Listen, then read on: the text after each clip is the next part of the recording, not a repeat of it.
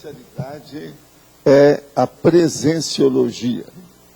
A definição: a aura intimidante é o ambiente exterior ao estado da consciência, consci ou consciex, provocador de apreensão, receio, temor, constrangimento ou inibição nas consciências interlocutoras. O sentimento de auto-intimidação dos mal-intencionados perante os holopensenes cosmoéticos. A aura intimidante voluntária. A aura intimidante involuntária. A aparência intimidante. O semblante intimidante. O timbre da voz intimidante. O assédio interconsciencial entre consciências. As manobras intimidadoras. A aura de insanidade. A aura de sedução. O clima propositado de constrangimentos. O tolimento da espontaneidade alheia. O embarreiramento calculado das heterocríticas, a atmosfera persecutória, a agressividade silenciosa, igual a essa do som aqui agora, a correspondência com as atitudes deimáticas subhumanas. Hoje vocês estão perdidos porque o Arvindar não está aí. O que é deimático? Quem é que sabe? Levanta a mão. Deimático. Quem sabe eu posso dar um daquele caju para a pessoa? O que é deimático? Vocês não sabem, né? Tá vendo? Por isso que o Arvindar me ajuda muito. Agora, eu tenho uma leve impressão, já está tudo ok? Eu tenho uma leve impressão que o nosso, o Einstein, o deimático. Mas olha, o processo todo deimático é o seguinte: quando um bicho vai atacar outro, aquele que está virando a presa faz assim, você está entendendo? Ou acha ruim, ou esteja a cauda. Como é que vocês fazem quando a pessoa ataca vocês? É isso, é o deimático. É isso que eu quero mostrar aqui. Então, a correspondência com as atitudes deimáticas subhumanas. O deimático diz respeito ao ser subhumano, é um animal, entende? Então, como é que faz? Por exemplo, as mulheres, vocês sabem qual que é a atitude deimática, qual é? Qual é? Professor. Não é assim? Outra coisa que tem, não é assim, mais ou menos, eu precisava fazer mais fino, não sei se eu consigo. Professor. Precisava de ser. Agora, outra coisa também que precisa é o SOS, é o socorro. Agora, socorro nem está aqui hoje para a gente fazer. Entende? Porque o processo é o socorro, help. Você está entendendo? Tudo isso é o negócio. Agora, tem outros também. Na questão do incêndio, por exemplo, o negócio é a palavra fogo. Né? Fogo, é um problemão. Mas você está querendo falar do assunto imediato aí? Não, pode falar. Achei. Hein? Você achou? Então, o que é que está falando? É isso mesmo? Não, está falando de comportamento e postura adotado pela presa para tentar intimidar o seu predador. Tá certo. Em cima do lance, o Lázaro era bom. Meu amigo é fora de série. Agora, gente, aqui na remissologia nós falamos da carga da convivialidade, a companhia constrangedora, força presencial, mirmídone, strong profile e subjugabilidade, que diz respeito ao processo desse tempo. Agora, a frase enfática: a intimidação pelas energias conscienciais da presença física da consciência pode ser potencializada intensamente pela condição do androssoma ou ginossoma avantajado. O César não está aí, então não tem problema. Você transmite presença tranquila, inofensiva ou intimidante, ou intimidadora, se vocês quiserem. Qual aura energética predomina em você? Isso é uma coisa boa de vocês estudarem. Por isso que eu estou falando intimidante, que é uma coisa séria, mas eu acho que todo mundo devia saber como é que é a sua aura. Eu, no início lá do Instituto, pedi o povo para se filmar. E dá para a filmadora para alguém pegar de surpresa, uma hora que não esteja fazendo pose. Tem que ser instantâneo. Agora, eu acho que todo mundo devia estudar isso aí. Agora, a aura intimidante faz a pessoa pensar no processo da qualificação da própria aura. Entende? Então, isso aí é importante. Agora, eu estou aqui com umas perguntas. Ao dizer que o Alexandre Rosado é caso de psiquiatria por contrapor algumas ideias da INVEX, o senhor não estaria fazendo um ataque ao próprio, ao invés de argumentar suas ideias? O ideal não seria o debate aos argumentos por ele levantado? Olha, eu sei o que você está falando, eu vi falando isso aqui, conheço essa história há só 60 anos. É argumento ad hominem, é uma coisa que ele não deve fazer, mas o caso dele aqui não tem nada a ver com isso não, você está por fora do assunto. Tudo isso já foi feito, vão publicar um artigo, muitas páginas. Agora o problema é que ele vem escorregando igual quiabo, ele tira o corpo fora, ele salta de banda, ele está carioca, né, atualmente, né? Salta de banda, é tipo do carioca. Agora, o problema em si não é o argumento mais, não é mais, é ele mesmo. Agora eu te pergunto, você tem outra solução terapêutica melhor? Porque o processo aí, a questão não é mais de alimentação, a questão é de diagnóstico e terapêutica. Eu tenho meu diagnóstico, uma pessoa do jeito que ele é, eu conheço esse rapaz desde adolescente, quando ele chegou. Ele era implicante, mas ele agora não ficou implicante. Ele está numa posição errônea, totalmente patológica. O cara fala, atira a pedra e não vem para enfrentar?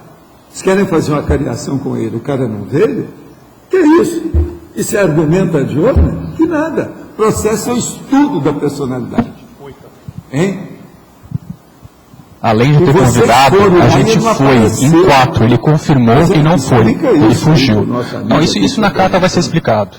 Mas a gente foi a primeira vez, em 4 pessoas, gastamos uma nota, ele confirmou e não apareceu. Agora, eu vi também a resposta que está lá, que eles, antes de publicar, eles queriam mostrar para ele, me mostraram.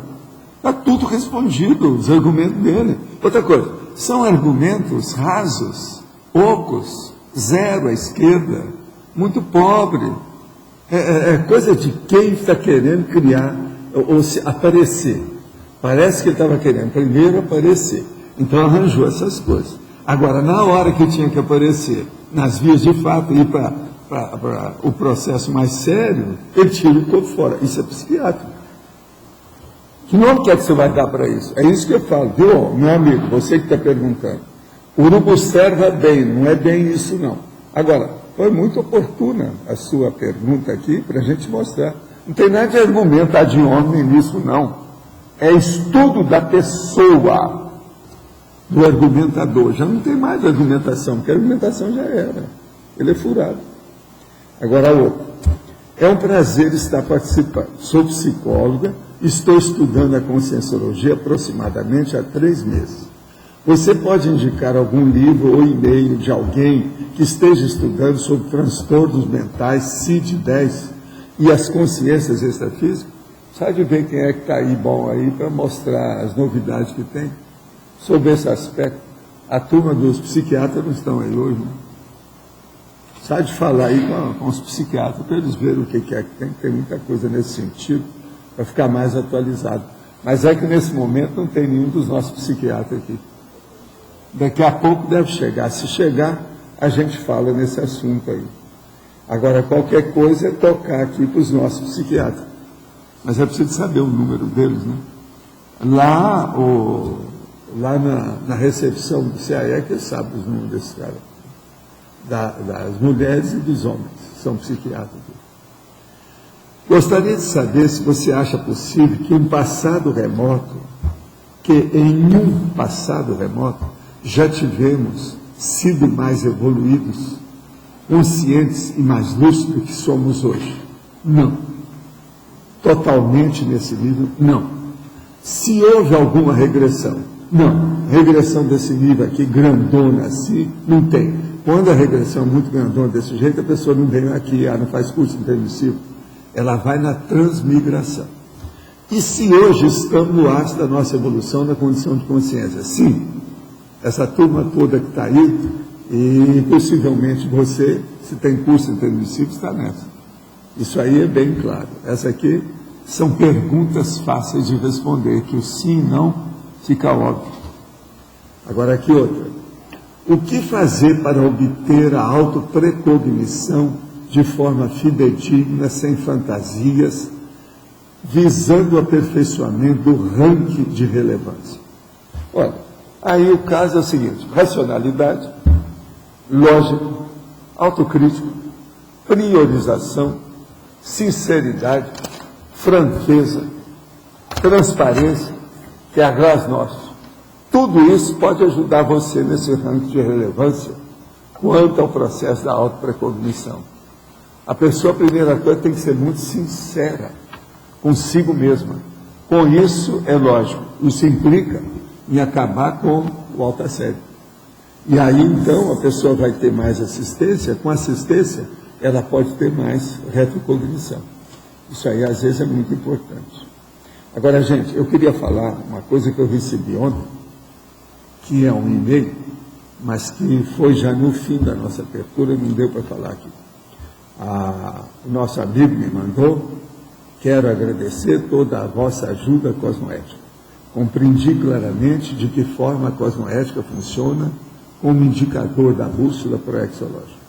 Vou mudar para Foz daqui a um ano. Isso é que é a coisa séria. Relativamente à minha dúvida, se deveria ou não entrar numa assistência específica devido a esse fato, percebi que sim, devo entrar, mas assumindo claramente desde já o primeiro momento perante o grupo que vou sair daqui a um ano. Então você já ficou sabendo que o nosso amigo vem para cá. É ele que tem feito mais perguntas. Eu não tenho nada a ver com isso, eu quero te dizer, porque ele é do exterior. Pois é, ele é do exterior. Agora, ele já esteve aqui conosco, trabalhou lá há muito tempo, mas ele não quer ficar lá, parece que tem algumas coisas. Então, ele vem para cá. É lógico que nós estamos aqui recebendo o nosso amigo de braços abertos, como sempre. Tem até a turma agora, a equipe do acolhimento, né, da recepção, o receptivo aqui do CRF. De modo que vai ser muito bom. E ele é ótimo, esse rapaz, porque ele pergunta tudo, o tempo todo. Ele é pesquisador mesmo para valer. Ele não tem preguiça de fazer pergunta. Eu estou falando pergunta porque, você sabe, espanhol, português, essa coisa toda tem disso, né? Para o desenvolvimento e o avanço da paracerebrologia, que temas de pesquisa ou recurso o professor considera relevantes? Por incrível que pareça, é ele de novo. É o que eu estava falando. Ele está fazendo isso. Coincidiu vamos dizer, o encaminhamento das perguntas aqui. Agora, o caso é o seguinte: a primeira coisa é a neurociência. Estudar a neurociência para a pessoa conhecer bem o cérebro. Conhecendo o cérebro, a pessoa vai começar a ver os processos de sinapses, neosinapses, retrosinapses, dendritos, glias, os dois hemisférios cerebrais, e uma coisa muito séria, que é a psicomotricidade do cerebelo. Porque não adianta estudar o paracérebro sem estudar o cerebelo. Então é bom estudar a cerebelologia. Isso aí então é muito importante. Agora, neurociência é a melhor coisa que tem. Eu mesmo pedi essa semana para a nossa turma lá da nossa livraria para pedir os livros da Susana Herculano Rosa, que ela está fazendo um monte artigo e livro sobre esses assuntos de neurociência. Ela é colega lá das coisas do Nicoleles e do Siddhartha. Então, ele aqui, ó, o processo é o Siddhartha, Nicoleles e a Suzana. A Suzana Herculano Roesa, você já viu os negócios dela nas revistas? A livraria já tem um livro dela, mas tem outras coisas que ela já andou escrevendo. Eu falei com ele para sondar isso aí e mandar, que essa senhora está fazendo muita força. Entendo a relevância do Conselho dos 500 para a politização da CCCI e avançar democraticamente do processo de tomada de decisões. Muito bem. Mas, considerando a situação financeira das ICs e que os fundos são os mesmos CCCI, não seria o caso do Conselho funcionar enquanto tiver 200 ou 300 membros no tertuliário? Não. Nós queremos fazer a coisa já certa. E outra coisa, eu não vou querer que venha fazer a sede no lugar que eu estou fazendo uma força danada para manter desassediado. Você está entendendo? Se deixar, todo mundo vai querer fazer reunião aqui. Agora vocês acham, ô Mário, você que é uma pessoa, você acha que isso seria justo? Eu devia de deixar bagunçar o tertuliário? Gente, é a mesma coisa aquilo que o cara me pediu. Paulo, eu agora estou frequentando lá o laboratório da pensenologia e instalei meu consultório, meu escritório lá. Quer dizer, não dá, né? Ele está invadindo o laboratório. Isso aqui é o laboratório, nosso debate. É o debatódromo. Vocês acham que era o caso de fazer isso? Eu acho que não. Outra coisa, eu já estou fazendo uma força danada de sustentar isso aqui, é tanto que eu quero que uma hora vocês dêem um jeito, que eu chego aqui, igual o Luiz hoje me perguntou, você está resfriado? Quem topa o nariz da gente, abaixa a temperatura, agora eu já subi um pouco, mas estava 20 graus. Agora veja, e tem o processo do cheiro, a gente chega, você sente aquele cheiro esquisito. Você dá um jeito nisso aqui para nós. Vocês dois, eu vou pedir, junta aí e vê o que vocês fazem. Ele hoje me perguntou, não foi isso, Luiz? Você me perguntou, cara, você está resfriado? Eu disse, não. É por causa do processo da alergia. Eu cheguei aqui, não tinha ninguém. Eu chego, o negócio já está aí várias horas, aquele negócio todo. Já tinha ligado um aparelho de ar-condicionado, que precisa mesmo. Mas veja, o cheiro é devido à infiltração aqui da plataforma. Isso aí tem que dar um jeito.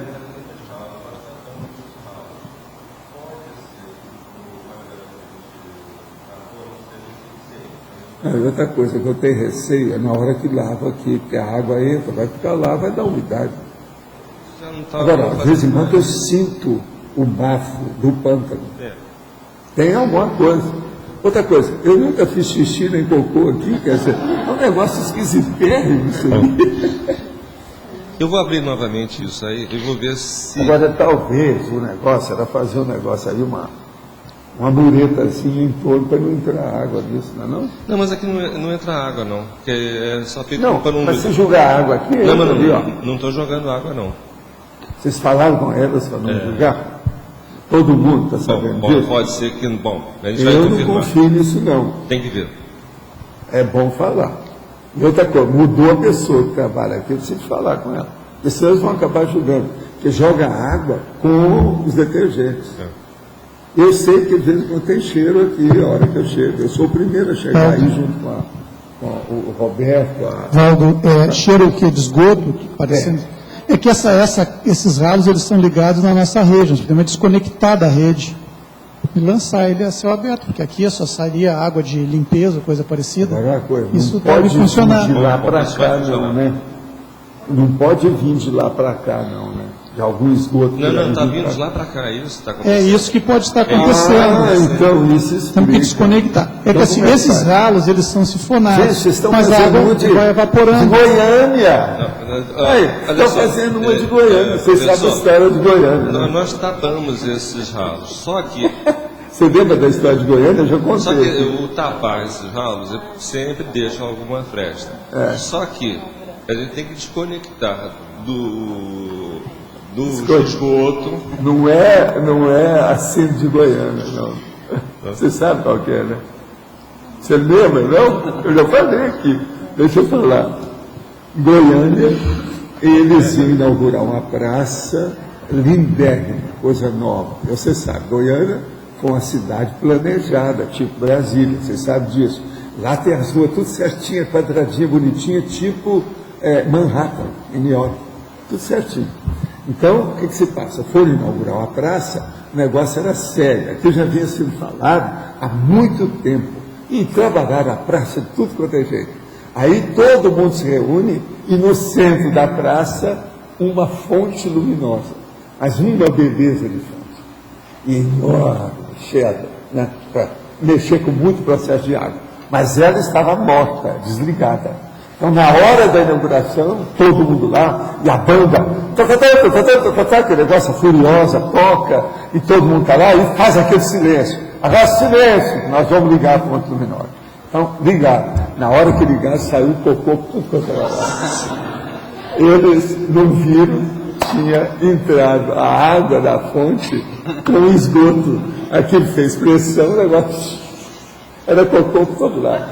Está entendendo? Igualzinho aquele negócio que os nazistas fizeram no campo de concentração, porque lá tinha esse negócio de cocô, com o povo sujava todo mundo, jogava tudo em cima. Né? Agora, isso é fato que aconteceu em Goiânia. Eu tinha um amigo que estava lá, que viu a Furiosa, a hora que parou, e o negócio, aquela chuva luminosa, né? Uma loucura. Diz que o negócio deu primeiro aquela surpresa. Depois foi um riso por ter lá, não teve jeito. E outra coisa, acabou, né, claro? Tudo que era cerimônia foi para o espaço, não teve jeito. De modo que aqui, indiretamente, sei lá, eu já vi esses negócios de contato sério, já vi isso em cidade. Eu mesmo cheguei lá e falei a verdade. Olha, está havendo aqui uma conexão, o negócio aqui não está bom. E eles tomaram providência. Agora, gente, a Consciência apresentava aura intimidante não intencional? Não, de modo algum. Ele, pelo contrário, ele era faceto, ele era cômico, ele era engraçado, ele era de bom humor. O professor poderia comentar, na segunda linha da parapatologia, a aura intimidante gerada pelo autoparapsiquismo. O autoparapsiquismo, por exemplo, é quando a pessoa ela desenvolve um pouco mais e ela se torna veterana com o autoparapsiquismo. Aí ela vem e acontece um fenômeno que esclarece o processo para alguma pessoa. Aquela pessoa, a outra, estava lá de testemunha, viu aquilo. A partir daquele dia ela fica com medo da pessoa que é entende? Porque o fenômeno foi muito bravo, mostrou uma realidade muito grande da outra pessoa, então cria a aura intimidante se a pessoa querer. Eu, por exemplo, eu já apresentei isso aí, o povo tinha medo de mim, tem gente que não chegava perto porque ficava com medo. Por quê? Eu não tinha culpa nenhuma daquilo, foi feito desassédio, às vezes até o tipo de exorcismo, desassédio sério. Aconteceu certos fatos, e aqui foi revelado claramente, negócio bravo, a pessoa tem culpa no cartório, ficou com medo, né? Não, eu não chego perto do mal, porque senão ele vai saber das minhas coisas, ele vai falar o que eu não quero que fale. E como é que fica? Eu não sou que está falando as coisas todas, mas quem tem culpa no cartório, você sabe, uma brisa vira tempestade, né? É um problema. Evaldo, duas perguntas. Uma é em exemplologia. Se cita aqui o exemplo do homem e da mulher, extrovertido, extrovertida. Também pode ser introvertido? Uma pergunta.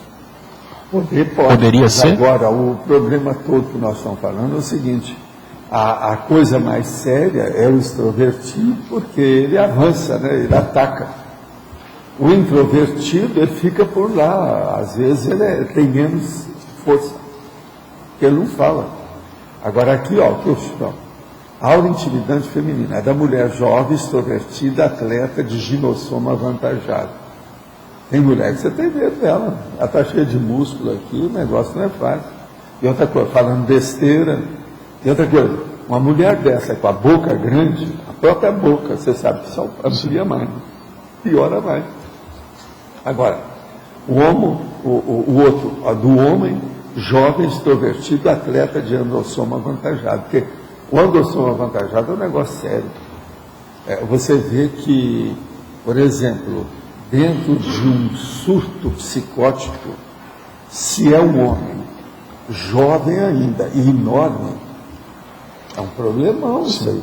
Você está entendendo? É um problemão. Outra coisa, existem lugares que eles vão atender esse povo, eles usam aquele negócio de spray, que não pode nem chegar perto. A pessoa, para ver, porque senão ele quebra todo mundo. O negócio não é fácil. Você vê lá no Law and Order, de vez em quando eles mostram lá naquela câmara, que eles recebem a pessoa para conversar, etc. Até a cariação, né? As câmaras de cariação. Às vezes a pessoa chega num limite que ela não consegue mais defender a mentira dela, ela faz assim com a mesa em cima do cara e joga lá, às vezes fere, aí aparece o ator lá depois todo com o negócio todo, né? O personagem está todo ferido. Isso é o problema da intimidação. Sim. Agora, isso é na Câmara, veja bem, de acariação, porque lá geralmente eles colocam a pessoa, tiram as algemas dela. Você sabe que é assim na Câmara de Acariação. Então é um negócio sério que a gente vê. A Câmara de Acariação é aquela que a pessoa vê através do vidro de fora. Sim. E lá de dentro ninguém vê que está sendo visto. Agora, a segunda dúvida aqui que eu tenho é o seguinte: em fatologia, na primeira página, na 8ª linha, você fala do embarreiramento calculado das heterocríticas. Você pode falar um pouco sobre isso? O caso todo é o seguinte: as pessoas, às vezes, ela cria um ambiente anticrítico para defender os seus erros. Então, ela estabelece barreiras, barricadas, ela se antecede, ela aparece antes, ela faz uma espécie assim de prevenção contra a crítica, antes dela acontecer. Mas veja, isso é porque a pessoa não quer que se toque naquele assunto. Então, por exemplo, às vezes essa barreira é feita de uma maneira a respeito, por exemplo, de um tema que fala assim: nós não podemos falar nesse tema que vai prejudicar a autoridade tal. Está entendendo? Com isso a pessoa tira o corpo fora. Então não pode tocar nesse assunto. Virou tabu. Esse tabu é o embarreiramento. Agora, então, é estabelecer barreiras para a pessoa não chegar até lá, para ela não ter ambiente de falar a verdade. Agora, há muito disso dentro da área política. É só observar que você vai ver. Uma outra coisa, às vezes, num comício, eles fazem um embarreiramento. Um comício político. Eles avisam antes: ó, esse assunto aqui não é bom tocar. Tem isso assim, assim não é bom. Deixa disso. Entendeu? Tudo isso é embarreiramento. Agora, eu ia só pensar que tem tanta área disso. Agora, o termo melhor que eu arranjei na minha vida para isso é embarreiramento. Isso aí é o que se usa mesmo. É a barreira. Você vê que barreira é usada até na hípica, os cavalos que saltam a barreira. Valdo, aqui na página 31, na patologia, na terceira linha, quais seriam as vantagens e desvantagens da aura intimidante? As vantagens e desvantagens da aura intimidante. Quais seriam? O problema é o seguinte: a aura intimidante, ela tem vantagem, por exemplo, mesmo na questão da pessoa com alto parapsiquismo, porque aquela pessoa que errou fica com medo da pessoa, ela vai embora. Isso é bom para ele, porque ele não vai ter problema com a gente. E é bom para a gente, você não vai mexer com o negócio da baratosfera. Ele não quer ser assistido. Então, para que ele vai falar aquilo? Por exemplo, Luiz, uma pessoa que não quer ser assistida, que não quer renovar, é bobagem você perder tempo com ela. Ela tem que deixar, porque o tempo é o que conserta todo mundo. A grande terapia é o tempo. Com o tempo, a pessoa é obrigada a renovar alguma coisa, fazer uma reciclagem. Mas se ela não quer hoje, nós vamos perder tempo com ela. Então, o processo aqui que a gente quer dizer é mais ou menos isso. Vocês entenderam bem, não?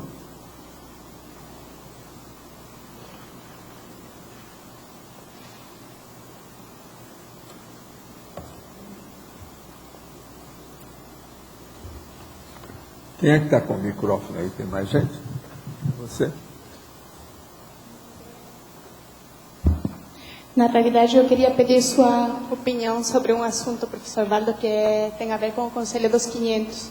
Quando eu escutei a ideia do Conselho dos 500, eu achei uma alternativa muito boa E acho que ela foi bem colocada naquele dia do verbete da retratação, porque isso vai permitir com que a gente, já com um certo aprendizado, crie um modelo diferente, mais democrático de participação, que, na minha opinião, em algum momento pode vir até a reemplaçar a Unicim, a minha opinião, lá na frente, uma vez amadurecido. E a gente recebeu essa comunicação da Unicim, que me deixou um pouco preocupada no seguinte sentido. É essa aqui que é a comunicação? Aham. Onde se coloca que foi aberta uma comissão de estudo dentro da Unicim, integrada inicialmente pelas pessoas da Unicim e do SEAJUC, para estudar essa questão do Conselho dos 500. A minha opinião, não sei, eu queria ver a sua, é que isso não é o ideal. Porque na Unicim, o João está ali, a gente começou desde faz bastantes anos atrás, todos tentando colocar o melhor do que a gente conseguia entender. Algumas coisas deram certo, outras não deram certo, tanto é que a gente está precisando pensar em outros modelos. E quando você falou no Conselho dos 500, eu me lembro que em uma tertúlia seguinte você falou que o primeiro desafio seria que essas pessoas, 500, 200, o que for, se organizem para ver como é que elas iam estruturar o trabalho, como é que elas iam votar. Então, esse seria um primeiro desafio. Do jeito que está sendo colocado aí, eu tenho a impressão de que nós corremos o risco de abortar essa ideia desde o princípio, porque o fato de sermos, até certo ponto, as mesmas pessoas, porque eu me considero parte da Unicim, com as mesmas visões, com as mesmas maneiras de ver as coisas. Mas isso aí, os 500 liquidam com isso. Não, está certo, mas assim... O problema é debater o processo, ter a Assembleia. Mas esse trabalho não deveria começar, até às vezes com as mesmas pessoas, mas fora da Devia Unicim, começar com 200 pessoas assinando, já tem mais de 100, não é isso? Então, isso é que interessa. Pois é, mas aí o que eu estou vendo é uma coisa diferente. Então, O que é? posso Deixa eu estar ver o que até é. Eu errado. ainda não vi aqui, eu não sei o que é. Você já viu isso, João? Então lê aí, João, vê o que é isso. Então, não sei o que a é. única coisa que eu acho é que a gente deveria dar oportunidade para que esse Conselho do 500 comece com a cabeça fresca, inclusive convidando pessoas que até hoje não participaram muito da Unicim. Mas é isso que é, mas né? Pois é, quanto mais a gente nenhuma. estruturar o trabalho dentro dos velhos modelos, eu acho que ele tem menos chance de sair Mas os meus diferente. modelos são inevitáveis. As pessoas são as mesmas. Para mudar e levar para a democracia pura, nós temos que usar a prata de casa mesmo. É o povo que está aqui. As pessoas- Você não vai poder tirar o povo fora disso. Não. E outra coisa, as questões vão ser todas debatidas. Isso vem, faz parte do serviço. Para isso é que tem que reunir. Agora, o que eu digo para você é uma coisa só. Quantos vocês eram na Unicim? 5 é pouco. Porque você não acha que 500 é melhor do que 5? Eu acho que sim, É completamente, mas a única coisa é assim, uma coisa, e eu estou falando hoje como a Verônica, e a você não está aqui, e a você não sabe disso, sim, mas uma coisa é a Verônica participando do Conselho dos 500 como Verônica, outra coisa é a Verônica participando do Conselho dos 500 como IAC. Então, a minha preocupação é que, nesse início dos Mas assim não tem trabalhos... nada a ver com isso. Professor Valdo, mas a questão ali é que a Unicim participando como Unicim, ou SEAJUC participando Escuta, como não SEAJUC. venha com ciumeira de novo, por favor. Vai. Isso está errado, olha, já está começando errado. Escuta, o que é que os 500 que eu falei aqui tem que ver com as outras IC? Não tem nada a Não, ver. eu acho que aquela está... 500 é da Cognópolis de Foz do Pois é, Iguaçu, tá certo, aqui, professor. que nós queremos. Eu E dá concordo com exemplo. isso. Lá, olha aqui, vocês da IAC têm que fazer os 500 lá. Eu concordo com Portugal. você. E fim de papo, bolas. Quem que é que tem que Não, ver uma mas coisa com professor outra? Valdo, você não está me entendendo. Eu não estou criticando, eu acho que a ideia é boa. Eu concordo com você de que o modelo deveria ser Mas o que reproduzido é lá. IAC? Por que você está Eu vou colocando pedir- IAC nisso? A IAC não tem nada a ver com isso. Eu sei que não tem nada a ver com isso. Eu falei que eu estou falando como Verônica, tá? Eu vou pedir para você ler o e-mail, tá? E depois, quem sabe, a gente conversa e debate, porque eu acho... Não, acho que eu aqui o concordo- síntese é o seguinte, que ela está reclamando o seguinte, é que o Conselho 500 na cabeça dela, pelo que foi colocado aqui, é uma coisa mais independente e isenta fora da Unicim. Então, quando a Unicim convoca para fazer uma primeira reunião do Conselho dos 500, ela acha que tem um vício de origem, que deveria ter... Não é nada de vício disso. Isso aí é uma coisa boa, porque nós precisamos escutar todo mundo, porque o negócio é novo. Isso nós não temos nem livro para seguir o que está escrito nisso. Mas O é que isso nós que vamos eu estou fazer? falando. Agora, o caso de vício de origem, ele conserta através das assembleias. É bom que chega. Fala isso, se precisar, o dia que tiver o povo reunido. Isso é que interessa. O mais é conversa fiada. Tá, mas só, professor, só deixando claro um assunto. Eu não estou comparando com a IAC, não estou trazendo a IAC no tema. Não tem nada que ver. Daqui a pouco os outros todos vão falar lá de fora, milhões de coisas, isso e aquilo, não tem nada a ver. Pois é, mas é o que eu O estou problema deixando é claro. aqui o processo de pós é a turma aí, e quem vai entrar lá. E outra coisa, não confundir isso, não. O processo ele tem que clarear tudo, não pode estar fazendo confusão. Eu acho que assim, Verônica, o que vai acontecer? Vocês vão Agora, propor alguma não coisa? está convocando todo mundo, porque nós queremos ver se atingimos 200 pessoas. Vão pedir até gente. Já não teve gente que quer participar dos 500 lá fora? Tudo isso, mas o problema é aqui. Que participe lá de fora, mas o processo, a Assembleia é aqui. Por isso que a gente quer ter um local especial para designar isso, para não haver confusão de nada. Tá certo, eu concordo. Isso é outra coisa séria. A minha dúvida é bem o que o João falou, é só a forma da convocatória. Não, mas agora a convocação, isso aí é processo da Unicim, é o problema lá, vai e conversa com a Maria Isabel, fala com ela. Agora, convergência de esforço, aqui, é isso que ela está falando aqui, ó. É isso? Convergência de esforço. Está tudo correto, a gente precisa disso. Essa reunião já foi? Ah, é. Hoje é dia 15, gente. Tá, mas não é a questão da reunião em si, a questão é, quando você fala convergência de esforços, para mim, se convergem esforços de coisas que têm afinidade, não é? E quem é que não tem afinidade? Dentro da conscienciologia, todo mundo tem Não, afinidade. professor Waldo, não é isso. A minha questionamento é assim.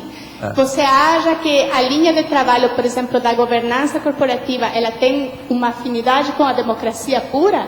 No meu entender, são funcionamentos distintos e a gente Tem deveria sim. Nós tem sim. Tem sim. Tem sim, senhora. Tem Mas sim, eu senhora. queria Por que ver que sua tem? opinião. Nós temos que mexer com as organizações e as pessoas que nós temos aqui para chegar na democracia pura. Isso. Não tem outro jeito.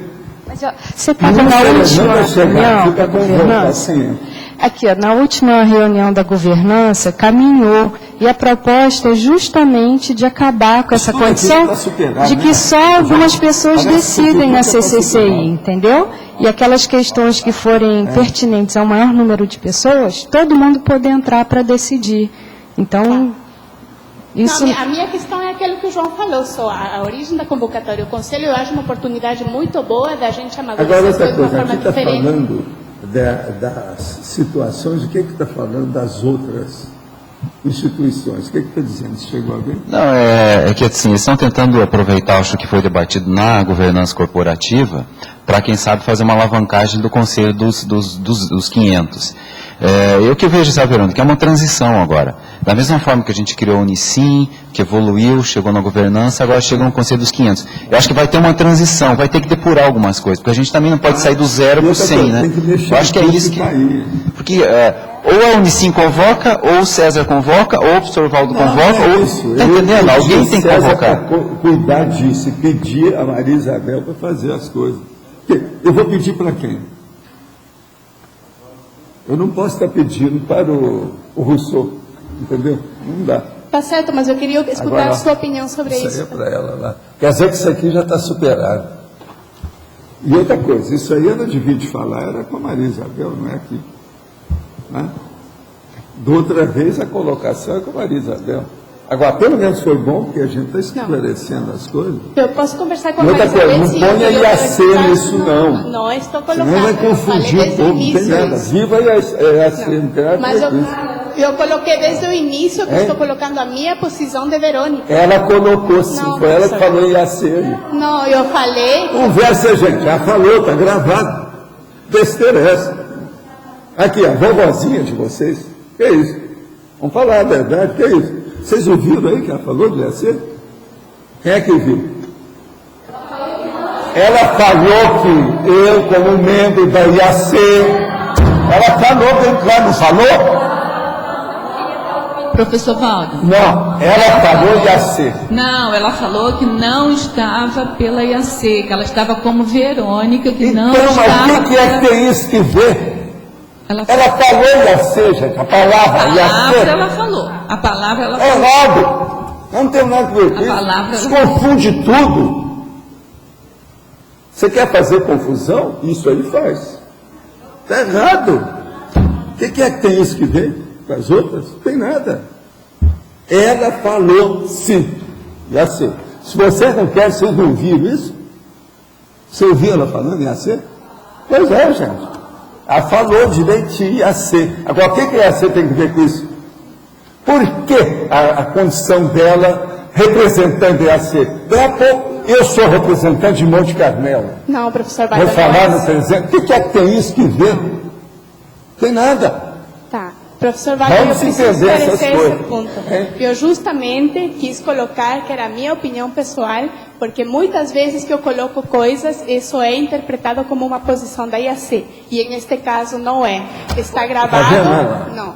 É o próprio negócio. Ela está pondo uma coisa que não tem nada a ver com isso. Então, você está querendo fazer confusão antes de começar as coisas, Verônica? Para com isso, que você já fez confusões antes. Para com essa. Isso aí ela devia ter resolvido com a Isabel, conversar bem com ela. Agora, a hora que você traz um negócio desse, é extemporâneo e totalmente fora da coisa. Se isso aí já foi feito, o que é que ela está falando uma coisa dessa? Agora, outra coisa, o que tem que ver IAC com isso? Eles já têm problema aqui, de vez em quando, conosco. Ela, em vez de ajudar, está piorando a situação. O Wagner Nascimento terá que ver com isso. Vamos abençoar e são os santos. E a IAC não tem nada a ver com esse negócio dos 500. 500 é uma coisa nossa, é processo nosso, é de Foz do Iguaçu. É um problema daqui, é Cognópolis. Tem paciência. Não entra com essas coisas não e não faça mais confusão. É aquilo que eu falei, teve uma vez que ela fez confusão com o Wagner Nasci e muita coisa foi dela. Ela agora, com isso aí, é o mesmo nível, é o pensamento dela. Isso está errado. Minha opinião é que isso é um erro. Você está entendendo? Para com isso. O da outra vez, fala diretamente com a pessoa que é. E não vai trazer um negócio aqui para nós, porque senão como é que fica? Gente, nós já tem muita gente de cotoveloma por aí. Nós ainda vamos aumentar esse cotoveloma do povo? Afinal de contas, onde é que fica a nossa democracia nisso? O esforço aqui é de fazer a democracia plena. Como é que nós vamos fazer com essas... Isso vira fofoca, no fim. A gente tem que cortar assim, do jeito que eu estou cortando agora. Em cima do nós, falar tudo na bucha. Porque senão, como é que fica? Onde é que nós vamos? Eu acabei de dizer aqui, ó, sobre franqueza, sinceridade, glasnost, transparência. Nós temos que ser assim. Agora, outra coisa. Quantas pessoas já tem lá, já assinaram? Você está sabendo? Alguém sabe aí? Hein? 127. Está demorando para arranjar os 200, né? O povo não está aparecendo aqui, não é isso? Está todo mundo viajando. É aquilo que eu falo, dezembro é a grama mania, ninguém para aí. Tem um monte de gente, dos meus amigos, gente que eu estou mexendo aqui, que não está indo na cidade. Estou esperando chegar. O negócio não é fácil. Dezembro. A turma vai encontrar a família, né? Agora aqui. Como o senhor avalia egocarnicamente os casos patológicos de sadomasoquismo, onde observa-se um teatro de intimidação, submissão voluntária? Isso aí é processo, claro, do problema subhumano, da baratrosfera, que as pessoas têm processo de carência afetiva sexual. Então, é problema psiquiátrico do brabo. Inclusive, é processo psiquiátrico que o Law and Order, de vez em quando, traz com todas aquelas coisas que eles usam para fazer o sadomasoquismo. Eu não sei se vocês já viram os instrumentos que tem hoje. É uma coisa absurda. O material que tem de sadomasoquismo. Alguém já viu isso aí, o recente? Eu vi uma ilustração do negócio agora recente. Uma loucura o que tem disso. Vocês já viram aquele negócio do suicídio por masturbação? Já viram aquilo também? O cara agora, vou ver agora, que era um artista aí. Tudo isso é sadomasoquismo. Agora, veja, masturbação também. Não é só problema de relação sexual. Quer dizer, isso tudo então que você está querendo aqui, companheiro, nada mais é do que caso psiquiátrico diretamente da baratosfera. Infelizmente, hoje, não poderei estar presente à tertúlia. Estou acompanhando online. Ah, sei. Em relação ao questionamento da psicóloga sobre a conscienciologia, a doença mental poderia informar o meu e-mail. Gente, é o Dr. Luiz Ferreira, que é o psiquiatra. Então, para aquela nossa amiga aqui, deixa eu ver aqui. Olha, nossa amiga aí, que perguntou do CID 10. Anota aí, por favor. LRHF.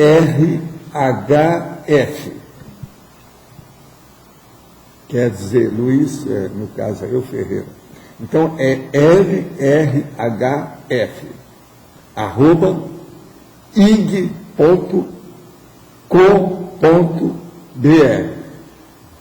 O nome dele é Dr. Luiz Ferreira. Eu vou repetir. LRHF, @ig.com.br.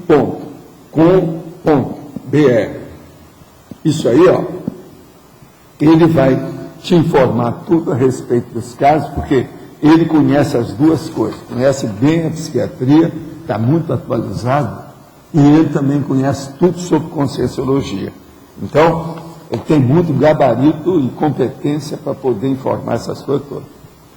A que patamar, na escala evolutiva, poderia chegar à consciência sem curso intermissivo? Poderia chegar a semi-consciência? Eu agora, essa aí eu não desejaria responder, não. Eu acho que é vocês, ô Maria, você que devia responder isso aí, ô Maria. O que você acha? Ou se não, a Rosa. Ô, Rosa, fala aí alguma coisa. Aí, eu quero alguns de vocês. Né? Ou o Djalma. O Djalma também seria bom. O Antônio. Você quer que eu pergunte de novo? A que patamar, na escala evolutiva, poderia chegar à consciência sem curso intermissivo? Poderia chegar a semiconsciência? Levando em consideração ser a consciência multímida, né, pode chegar, né? É mais difícil. Agora, eu tenho uma resposta mais brava do que essa aí. Alguém quer falar outra? Porque depois tem uma outra. Hein? Não, mas eu tenho uma melhor que essa. Antes do curso intermissivo, o serenão evoluciona. Antes do curso intermissivo. Então, tudo é possível sem curso intermissivo. Curso intermissivo é a colher de chá que foi dada para nós. Está entendendo? Vamos entender bem isso. A situação é essa. Mas agora, por exemplo, e antes? Como é que tinha serenão antes? E no outro planeta? Como é que é a situação? E a situação? Então, existe esse outro cabimento da história. Né? Outra coisa, a aura do desperto, na sua condição de positividade, pode ser intimidante para o assediador ou é uma aura acolhedora no sentido de convite à reciclagem? Ela é mais uma aura acolhedora no sentido de convite à reciclagem. Mas, para certos assediadores, dependendo das circunstâncias, se tem a presa as vítimas do assediador, essa coisa toda, a presença pode ser intimidante. Eu quero lembrar para vocês, uma das coisas mais sérias que eu vi, isso foi na década de 70. Eu estava fora do corpo em São Paulo, quando, tratando lá de umas pessoas, com um negócio sério, lá na Brigadeiro Luiz Antônio, e depois tinha lá o negócio da pedra, um daqueles viadutos, e eu fora do corpo, a hora de sair, e eu estava lá para mexer no processo da assistência. Quando os assediadores estavam fazendo uma pressão danada, um virou para o outro assim, vamos embora, que o homem está chegando, e começou a falar, tem um serenão que está chegando aí, o homem está aí, vamos embora. Quer dizer, isso aí mostra que o serenão faz intimidação, mesmo não querendo. Isso é inevitável, não tem jeito. É quase que... Foi assim que a palavra serenão foi o primeiro que eu vi mais sério. Aí eu falei em São Paulo, havia uma senhora, muito minha amiga, que mexia com o processo de projeção, que era a Salomé, que ela também tinha visto alguma coisa, estudou o processo de serenão na ocasião, nesse sentido. E outros também viram a situação nesse sentido. Agora, muitos então correram, caíram fora, perto lá na Brigadeiro Luiz Antônio, perto de um dos, viadutos de São Paulo. Então, o que eu estou falando é o processo extrafísico que mostra, se com o serenão acontece isso, não é? É bem possível que tenha, não é verdade? Agora aqui outra. Comunicamos que foi lançada hoje a chamada de trabalho para o primeiro Congresso Internacional de Serenologia, a ser realizado no campus Aracê, de 23 a 26 de junho de 2011. Puxa, tem um ano e meio aqui para lá. Mais informações no site da Aracê, www.aracê.org. Agora, ó, é Eliane Stedman que está mandando aqui para nós. Então, veja, o primeiro Congresso Internacional de Serenologia. Nesse ano e meio, algum serenão, quem é que vai virar serenão para aparecer lá? Quem é que é o nosso representante aí? Aí talvez pedir alguém. Vamos pedir aqui para o chefe, ele é mais tranquilo. Você permite que ele fique serenão até o ano que vem? Então, até o ano que vem não, o outro ano, que daqui uns meses eu posso falar o ano que vem, mas por agora não. Depois, após o ano que vem, tá certo? Você então tem um prazozinho para você virar serenão, sei lá, e você comparece lá e nos representa como serenão, tá certo? Isso vai ser importante, tá certo? Agora, ó, vai ser no campus Aracê, tá certo? É interessante isso aí, muito interessante. É o primeiro que nós vamos ter, né? Uma coisa séria, vale a pena. Valdo, sim. Aqui, ó, na fatologia, na última linha, o isolamento consciencial autoimposto, combinado com a última, na definologia, a última inibição nas consciências interlocutoras. Como é que processa isso? O caso todo é o seguinte, a intimidação, ela se faz quando alguém vê a outra pessoa, tá certo? Isso é que é o interlocutor, é a pessoa que te escuta, aquela com quem você conversa, que debate, a que discute com você. É essa aí que ou você intimida ou não. Agora, na questão aqui do isolamento consciencial autoimposto, eu estou chamando a atenção que aquela pessoa que fica com medo, ela se isola, ela não aparece, entendeu? De modo algum. Tem um monte de gente que vem aqui ao CAE, que às vezes quer falar comigo e não fala. Às vezes na terceira viagem que a pessoa vai fazer, ela fica com medo de mim. Agora, esse medo de mim, da intimidação, não sou eu, Valdo. É a pessoa que tem alguma coisa. Ou ela é tímida, ou ela tem algum vexame de alguma coisa que ela ainda não sentiu com força de falar. Alguma coisa pessoal do problema dela. Então, parece, no caso aí, para ela, a gente é intimidante. Mas não tem nada a ver com isso. A hora que a pessoa vai conversar comigo, e vê, fala, não, até que eu vejo que você está fazendo até piada comigo e tal. Fala assim, não, mas eu vejo assim, mas se preciso eu falo forte. Depende da hora. Agora, esses dias mesmo, tem uma pessoa assim, Valdo, eu dessa vez resolvi falar com você, porque é a terceira vez que eu venho aqui. 2 vezes eu desejei falar com você. E tinha um assunto até interessante o que a pessoa queria falar. Pedi opinião, eu dei minha opinião lá, falei assim, uma pessoa de fora, nesse caso aí, poderia agir assim, assim, assim, expliquei tudo. Mas veja, foi a terceira viagem da pessoa aqui, ao CAEC. Era de fora, mora bem longe daqui. Então, é o problema dessa intimidação e o processo do isolamento. Mas aqui me parece assim, ó, que no constrangimento é uma situação ofensiva. Sim, mas no isso aqui, é uma defensiva. Intimidação depende de quem é. Por exemplo, eu nunca vou fazer uma coisa para intimidar os outros, meu interesse não é esse. Meu interesse é de ser veemente na defesa das minhas posições. Mas eu não estou intimidando ninguém. Você está entendendo o que quer dizer? Agora, o povo tem medo da argumentação. Isso é que é o negócio. Uma das coisas que mais intimida os outros é a argumentação. É o modo de falar a situação toda, cada veemência. Isso aí é que por exemplo, os advogados sabem mexer com isso, a barra do tribunal é baseada nisso. Entendeu? Agora, isso tem, às vezes, alguma conotação de intimidação, mas o interesse não é esse. Você entende? Porque uma pessoa, por exemplo, ela está defendendo um ponto de vista. Ela, às vezes, ela tem que ficar veemente mesmo, ela fica entusiasmada com o negócio para falar. E outra coisa, eu não posso chegar aqui e falar, pois é, esse negócio de intimidação é uma coisa séria, vocês têm que pensar. Ninguém vai fazer isso.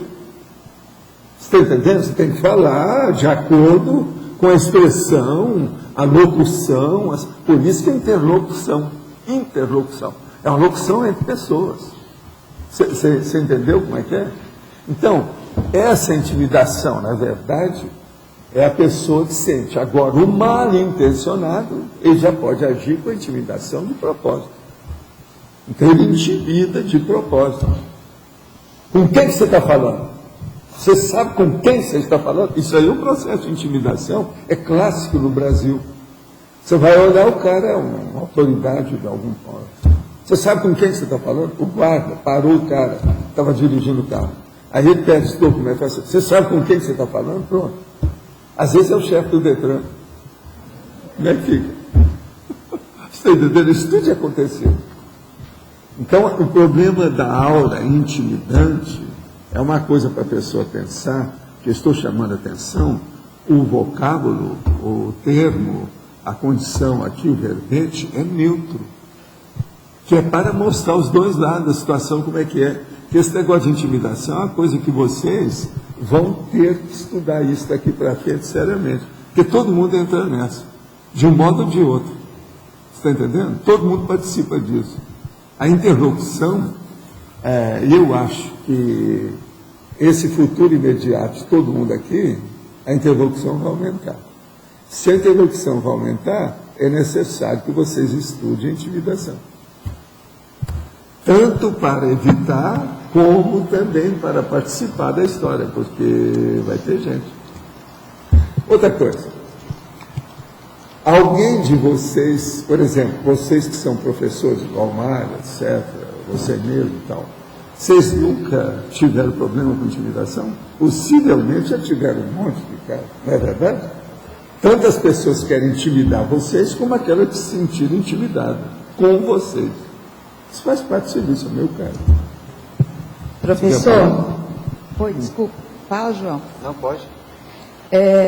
Nessa relação, o que importa aí, que para mim é a ação do mecanismo de defesa do ego, seja de quem é o comunicador ou do receptor. Como é que o senhor pode... Às vezes, mas isso não é sempre não, Luci. Nem sempre.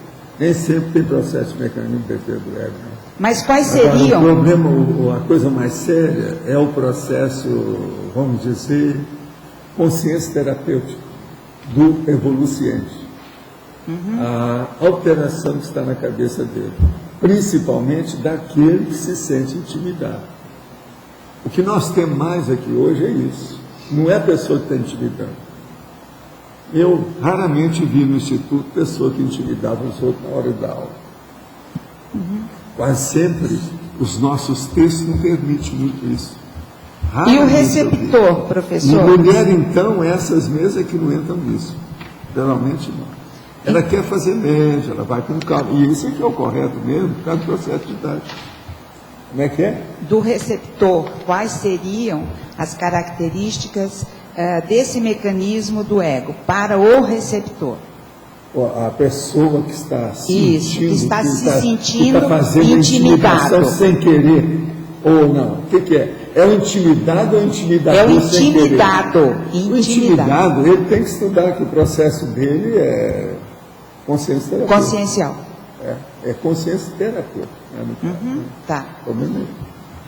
Tive uma projeção na qual entrava e caminhava por uma casa muito antiga, até chegar numa varanda, onde percebi que havia uma consciência. Exteriorizei energia e vi dezenas de consciências em estado de sonambulismo.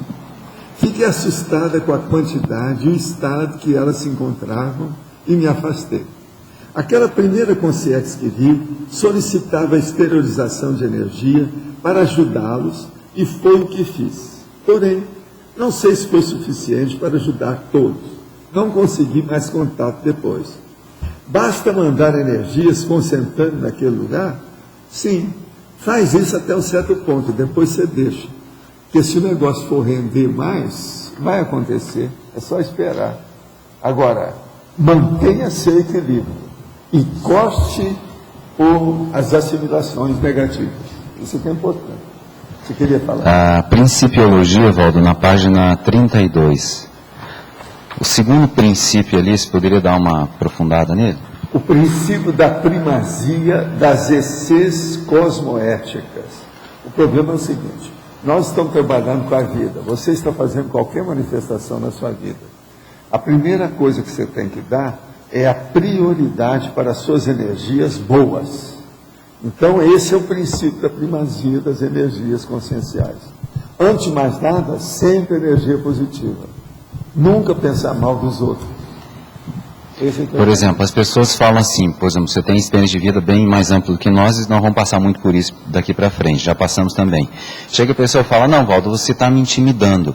Como é que você consegue distinguir quando é coisa mais da pessoa ou onde é que está a sua parte? Não é intimidando que eles falam. Qual que é a justificativa que é usada? O nome é outro. Você está me ameaçando? É assim que eles perguntam. Agora, veja, nas nossas questões, eu raramente tenho alguém que vai falar se eu estou ameaçando a pessoa. Mas agora, eu faço, não, eu estou argumentando para esclarecer a coisa claramente. Não observa o que eu estou falando. Não estou com raiva de você, não estou julgando energia negativa, não estou nada. Meu problema é o seguinte, é a argumentação. Isso aí é importante. Agora, na argumentação, você pode chegar com o dedo no nariz da pessoa, por que não? Eu mesmo falo, ó, dedo no seu nariz. Às vezes é preciso, você tem que mostrar. Porque o problema é o seguinte, quanto mais a gente cortar os prolegômenos e ir ao finalmente, é melhor na questão da interlocução, da argumentação, de um debate, de qualquer coisa nesse sentido. Agora, por exemplo, ameaçar os outros é besteira. Fazer ameaça é um processo totalmente criminoso, ilícito, burro, ignorante. É só burrinho de borrote que vai fazer ameaça nos outros. Ameaça é um processo de chantagem, é o problema nesse sentido. A intimidação é justamente essa ameaça. Agora, a palavra que se usa mais é ameaça. Isso é muito comum por aí afora, tem muitas coisas nesse sentido. De modo que isso a gente tem que estar de olho. Agora, a ameaça é processo de barra de tribunal, né? Uma pessoa que se sentir ameaçada, ela deve ir à polícia. Isso é a primeira coisa que tem.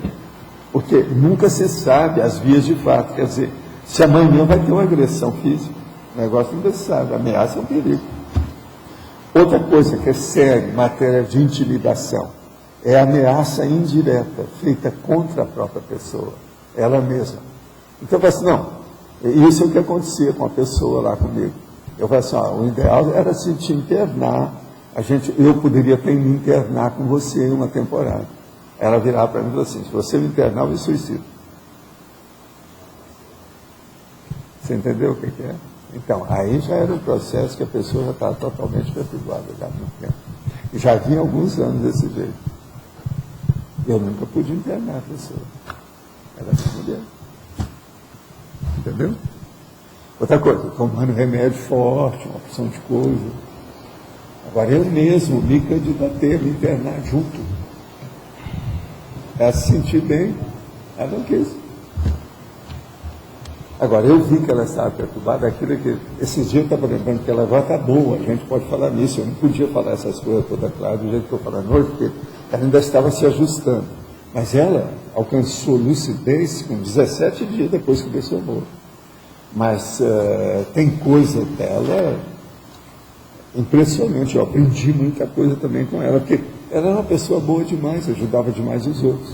Mas um problema desse. Agora, o que difícil mesmo foi aquilo que eu falei aqui, foi o dia que o enumerador falou para ela que ela tinha que fazer exercício de pulmão, que aquilo ia melhorá-la, entende? Porque ela fumou 17 anos, ela deixou de fumar depois comigo, está entendendo? E comigo as coisas foram melhorando, mas aquilo então criou um certo enfisema, 17 anos de cigarro, aquilo criou um certo enfisema nela, você está entendendo como é que é? Então, ele deu a dica que para ela não melhorava o processo da cabeça, em parte, a meu ver também, era devido ao problema do enfisema. Por quê? Com enfisema, não tinha tanto oxigênio para subir até a cabeça. Você está entendendo? Agora, quando o enumerador falou, ele explicou isso tudo lá para ela, todo mundo viu. Estava numa reunião de quarta-feira, tinha mais de 20 pessoas. Ela em pé, escutou tudo que ele falou, tal, os negócios tudo para ela. E assim, bem com detalhes, ela não fez nada disso. Quando eles vieram me falar, eu falei assim, olha, estão me falando aí um negócio que eu não vi direito, eu não sabia bem a coisa, porque foi através de mim que ele falou. Então eu queria saber, quando é que você vai fazer esse exercício? Ela falou, não, eu não vou fazer nada. Aí eu vi que ela estava. Agora, foi uma pena. Aí ela só foi piorando, você está entendendo? Agora você veja, socorro de todo jeito, fisicamente, isso é fisicamente. Aí chegou um ponto que o doente está doente mesmo, não tem mais jeito. Você está entendendo? A cabeça já não é mais a mesma, a situação não é mais a mesma. É aí então que a gente começou a ter medo dela dirigir o carro. Você está entendendo? Tirava a peça. Agora, então, por aí você vê o que é o processo de intimidar, o que é ameaça. O que ela falou não é uma ameaça? Agora, veja, é uma ameaça indireta, terrível, de intimidação. Agora, eu sei o que eu passei com isso durante a temporada, porque você tem o doente mental junto de você ali dia e noite, sabendo tudo o que é que passa, eu tinha que estar olhando tudo. Agora, eu olhava isso no Brasil, nas viagens, na situação toda, porque eu não parei com nada do meu trabalho, nada. Isso aí não deixava que atingisse nada, mas eu olhava muito. O filho, ela, o tempo todo. Agora, eu aprendi demais isso que eu chamo de cuidadologia. As coisas têm muito mais nuances do que o povo fala aí. Eu estava vendo esses livros de cuidadologia, eles são muito ainda superficiais. Tem muito mais detalhes que precisa de entrar nisso. Agora, veja, esses livros também não falam de parapsiquismo. Se for entrar a parte de assédio, de possessão, de semi-possessão, e como é que se faz para fazer um exorcismo de desassédio, os livros têm que ampliar muito mais do que tem aí. Ela foi uma das pessoas que eu aprendi mais. Um outro que tinha muita perturbação, mas era suave, era o Chico. Esse foi 10 anos, com ela foi 18. Eu aprendi demais com essas pessoas. Demais. Entendendo? Agora, não é fácil. Você tem que conservar demais o equilíbrio e ver onde é que está a verdade e aonde que está a profilaxia e aonde que está a terapia, a terapêutica, o medicamento. Às vezes o mais difícil que tem é você localizar, identificar direitinho o medicamento. Você arranja aquela porção, mas nenhum desses aí é o ideal. Então você vai carregar ovos, você vai tinteando. Você está entendendo como é que é? Agora, por aí, então, você vê que o que é a ameaça e a intimidação na questão, como é que isso funciona. E a situação, como é que ela pega indiretamente a outra pessoa. Por isso que eu coloquei esse verbete como meu. Uma coisa, todo mundo passa por processo de ameaça e intimidação, seja quem for, não tem jeito. De um modo ou de outro, a vida é assim. É o desespero da pessoa, a ameaça, ela nasce pelo desespero. Uma outra coisa, tem muita gente que faz ameaça e que não está, na hora, ele está tão quente que ele não está percebendo que ele está fazendo uma ameaça.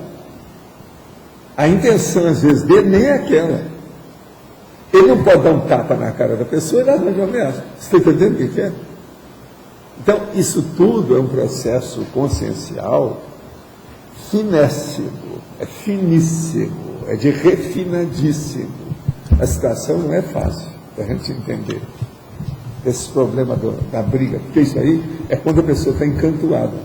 Você chegou num ponto que ela está encantoada, é ela com ela, então ela avança em cima de você. Ela não pode avançar fisicamente, ela avança na argumentação, na emoção, no modo de falar. Isso faz parte do serviço, não tem jeito. Professor, à sua esquerda, na letra A, aqui em cima. E o que o senhor faz num caso desse, onde a pessoa está com desespero? Nesse caso, ela vem com ameaça, ela vem com desespero. Qual seria a abordagem correta daí para... Aí você retira, a retirada da laguna, você tira seu time de campo, fica de olho, vê o que vai fazer. Quase sempre, quando chega isso, é um aviso das vias de fato. Então você tem que mudar o modus faciendi, o modo de você agir com aquela pessoa. Tem que reformular a sua estratégia. Aquilo é como se fosse uma divisória. A hora que chega uma ameaça é a hora de pensar em divórcio. Agora, se a pessoa é doente, você não vai divorciar. Você Estou entendeu? perguntando, professor. Eu, por exemplo, eu nunca pensei em divórcio com a minha mulher, jamais. Nunca pensei nisso. E eu gostava muito dela, sempre tinha muita afinidade com ela. Mas agora, veja, um caso desse, por exemplo, ali não tinha nem jeito.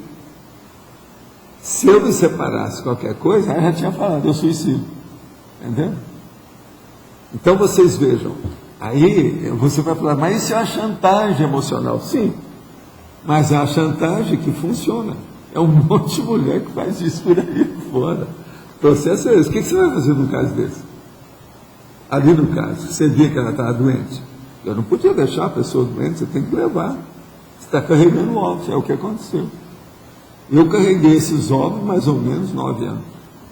Foi a metade da minha vida com ela. Eu estou mostrando para vocês que ela me pediu para mostrar o caso dela aqui. Saia, durma com um barulho desse, para vocês verem como é que ela está consciente. Porque o que eu quero dizer para vocês é o seguinte, aquilo não era ela, nem era assediador. Era o desequilíbrio dela que chegava nessas conclusões. Vocês estão entendendo? A gente tem que entender essas pessoas que você ama, que você gosta, que está ali, que você está fazendo assistência, e que ela não está entendendo nada de você porque está faltando parafuso na cabeça. O que você vai fazer? Vocês estão entendendo? Tinha uma pessoa, inclusive teve uma no exterior e teve outra no Brasil, que chegou para mim nos últimos anos que eu estava com ela e falou assim, vem cá, sua senhora precisa de um tratamento psiquiátrico novo. Você é contra a psiquiatria? Eu falei assim, só faltava eu receber essa na cara, né? Engoli seco aquilo, fiquei quietinho e fui explicar para a pessoa. Falei assim, eu sei disso, mas o caso dela é esse. Eu comecei a explicar como é que foi. Ela esteve em campo de concentração. Você sabe o povo que veio da guerra, como é que é? Pois é. Aí eu comecei a explicar alguns casos. Aí o cara falou, Bolas, você tem um calvário. Eu falei assim, até um certo ponto. Mas eu não considero isso calvário. Tudo é estudo psiquiátrico e consciência terápica. Foi isso que eu respondi para ele. Agora, depois teve uma senhora também no exterior que falou, não, você não percebeu, mas sua mulher é um caso psiquiátrico. O que aconteceu aí, ela não é normal. Você tem ideia que você vive com uma pessoa que é psicopata? Eu assim, tenho. Mas ela é boa. Você já notou como é que ela é boa? Você já notou também como é que ela é melhor do que você? Isso eu falei para a mulher. Ela é melhor do que você em matéria de finesse? Quer dizer, ela é uma doida de alto nível. Era assim que eu tinha que responder para esse povo, porque eu não tinha outra saída, você está entendendo como é que é? E era a mesma. E essa senhora aí do exterior ficou danada da vida, com um monte de coisa que ela viu depois, da situação toda. Professor, eu perguntei porque às vezes eu trabalho no pré-hospitalar, às vezes você vai atender uma chamada, uma ocorrência, aí chega lá, é como se a família inteira viesse em cima de você, falando que a culpa seria sua. São casos de óbito, alguma coisa assim, que não tem como fazer nada. E aí eles ficam revoltados, então eles vêm com aquela ameaçando, fala, isso, aquilo. A gente vai contornando, você acaba contornando. Mas você vê que uns aceitam melhor, os outros não. Eles ficam revoltados. Sei, mas isso é da natureza humana, não tem jeito. Entende. Olha, em matéria de ajuda aos outros, de auxílio, de socorro, isso que eu chamo de assistencialidade, você tem que esperar também a sua hora de ser vítima. Isso é inevitável, faz parte do serviço. O assistente, às vezes, é vítima. Tem um assistente vítima, isso faz parte do serviço. Não tem jeito de fugir. Professor, aqui no detalhismo, na interaciologia, tem a interação, intimidação, sugestionabilidade. Eu tenho uma dúvida aqui. Isto está se referindo a uma questão de causa-efeito, ou seja, intimidação por causa do... ou é uma questão... A pessoa que intimida, às vezes, ela está fazendo uma sugestão para uma pessoa fraca. Tem muita gente assim. A pessoa vê que o outro é fraco, covarde, sensível, suscetível. Ele fala uma palavra mais forte ali, brava, numa hora séria. Ele, na mesma hora, essa intimidação vai sugestionar a pessoa. E a outra pessoa vai colocar o rabo entre as pernas, não vai ter jeito. Vai abaixar a orelha. A crista cai. Ou seja, isso aí inclui também o o caso da própria consciência que está sugestionada e toma isso como uma intimidação? Não, ela às vezes faz isso de propósito, esse sujeito está fazendo de propósito. Não, isso sim. É um intimidador autoconsciente. Isso aí. Tem muita gente assim. Os policiais, por exemplo, fazem muito disso, né? Tem demais, né? O modo de falar. Outra coisa, eles são ensinados a ser assim, o militar. A primeira coisa, tem que falar forte. Sim, senhor! Não é assim? Tudo isso. Outra coisa, eu lembro bem que, para mim, foi um choque a primeira vez que eu escutei isso. Eu já contei um caso aqui, mais ou menos desse. Eu estava na Califórnia, na época eu fui estudar lá os negócios, São Francisco, Los Angeles, San Diego, fiz até um negócio lá no processo submarino em San Diego, os estudos lá naquela instituição, aquele negócio todo. E em Hollywood também eu fui ver uma opção de coisa. Mas, lá em Leisure World, que era lá também, perto de Hollywood, aquela coisa toda, eu então fui ver o caso de uma moça para assistir o que a mãe me pediu. Então a gente estava todo mundo junto, aquela coisa toda. Aí eu virei para ela e falei assim, vem cá, você é um perigo agora, que você está muito promíscua, isso falando na frente da mãe. Está muito promíscua pelas coisas que eu estou vendo. Agora veja, você precisa ter cuidado com isso. Como é que fica? Esse negócio, precisa ter cuidado. Aí eu virei para ela e falei assim, você está frequentando o cais com esse negócio. Lá às vezes tem muitos marinheiros. Como é que é isso? Aí a mãe vira e falou assim, Valdo, ela é doida por um boné. Agora o boné é o casquete, aquele negócio que usa, até o oficial que usa. Agora, aí eu falei assim, é isso mesmo? Ela falou assim, não, meus namorados todos usam faca.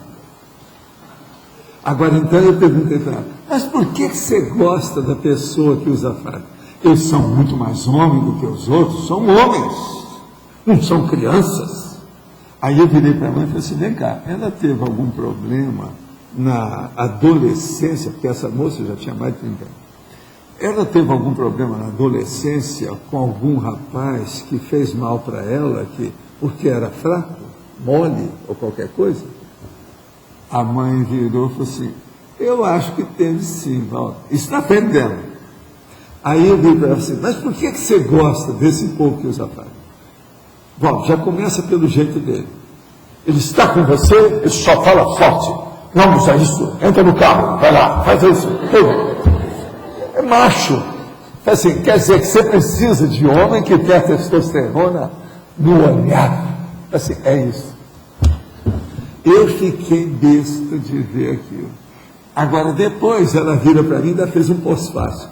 Não fica pensando que eu sou sozinho. Minhas amigas todas são do mesmo meu time. Todo mundo é assim. Nós só andamos com gente que é militar, de alto nível. Agora eu virei para ela assim, e vocês acabam casando? Sim. Aí ela virou, lembra da fulana? Ela casou com fulano. Ele é sargento. Agora veja, ela então ficava perto do cais devido aos cadetes, aquele povo todo que tinha, que aparecia de navio, uma coisa ou outra. Mas não era só agente da marinha, não. Tinha outras coisas. Agora, isso tudo assim exposto, porque sabe, americano fala as coisas tudo na cara, né?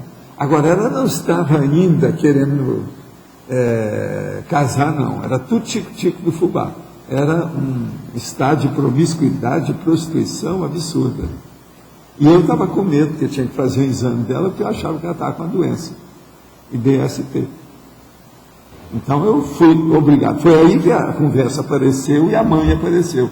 A mãe que me pediu para ver, eu falei assim, nós temos que ver a situação. E vocês sabem, nesse ambiente, às vezes, tem muita DST, né? Beira de cais, não é fácil. Eu não sabia de nada daquilo.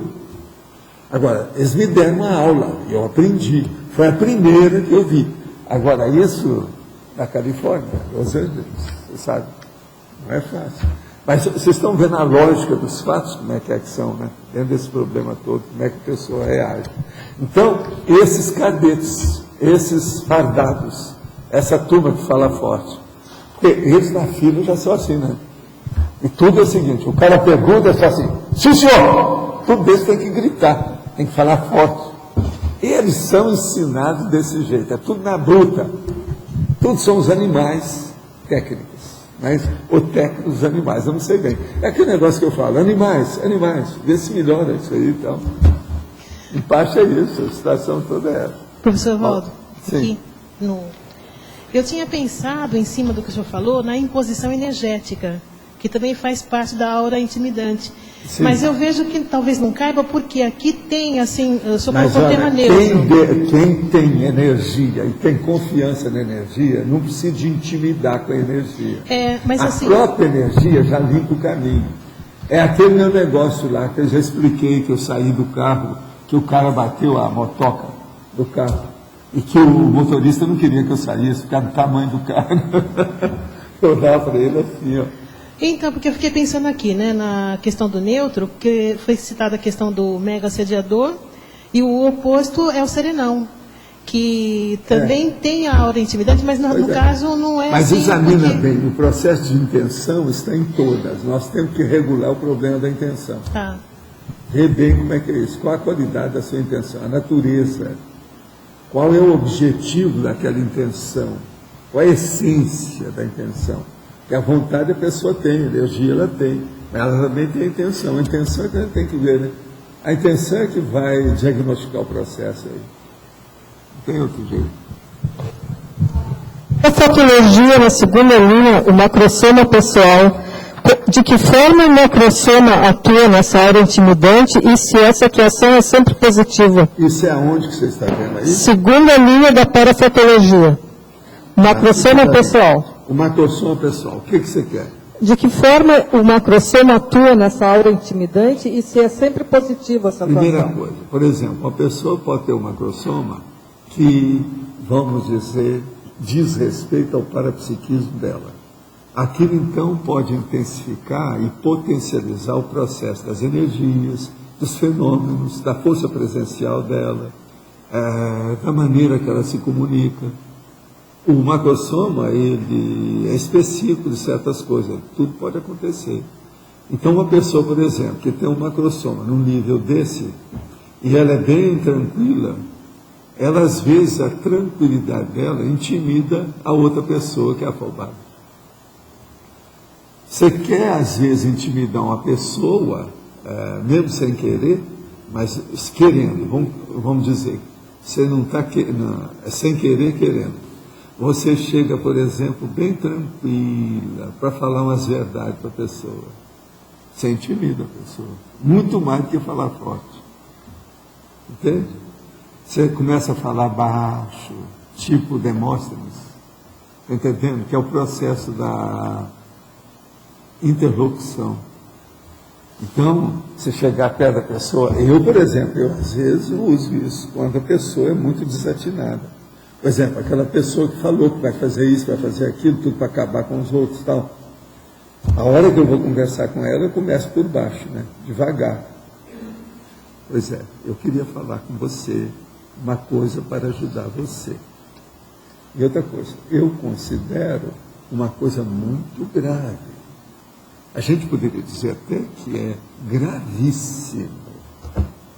Você já pensou? Então eu começo a fazer um suspense. Isso aí já é mais do que a intimidação. Agora, isso é psicologia da terapêutica, isso é consciência terapia pura. Teve aquela senhora que o povo estava com medo de eu falar com ela aqui, isso faz alguns anos. Aí eu sentei e chamei a ela para almoçar comigo. Tá? A hora que o povo viu que eu estava sentado, fez aquele monte de gente, tudo em torno, tudo disfarçando. Tudo lá, para ver o que é que eu estava fazendo ali. Essa, eu usei isso, porque ela falou que ia acabar comigo. O povo tinha escutado. Não, eu vou aliviar o Valdo. É daquele povo que aconteceu comigo em Uberaba. Essa foi aqui, no CAECO. Isso faz alguns anos, o povo aí sabe disso.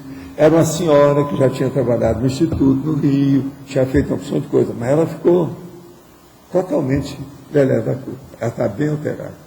Agora, o que se passa? A hora que ela levantou da mesa, depois que a gente almoçou, o povo tudo viu Ela quis dar um abraço em mim.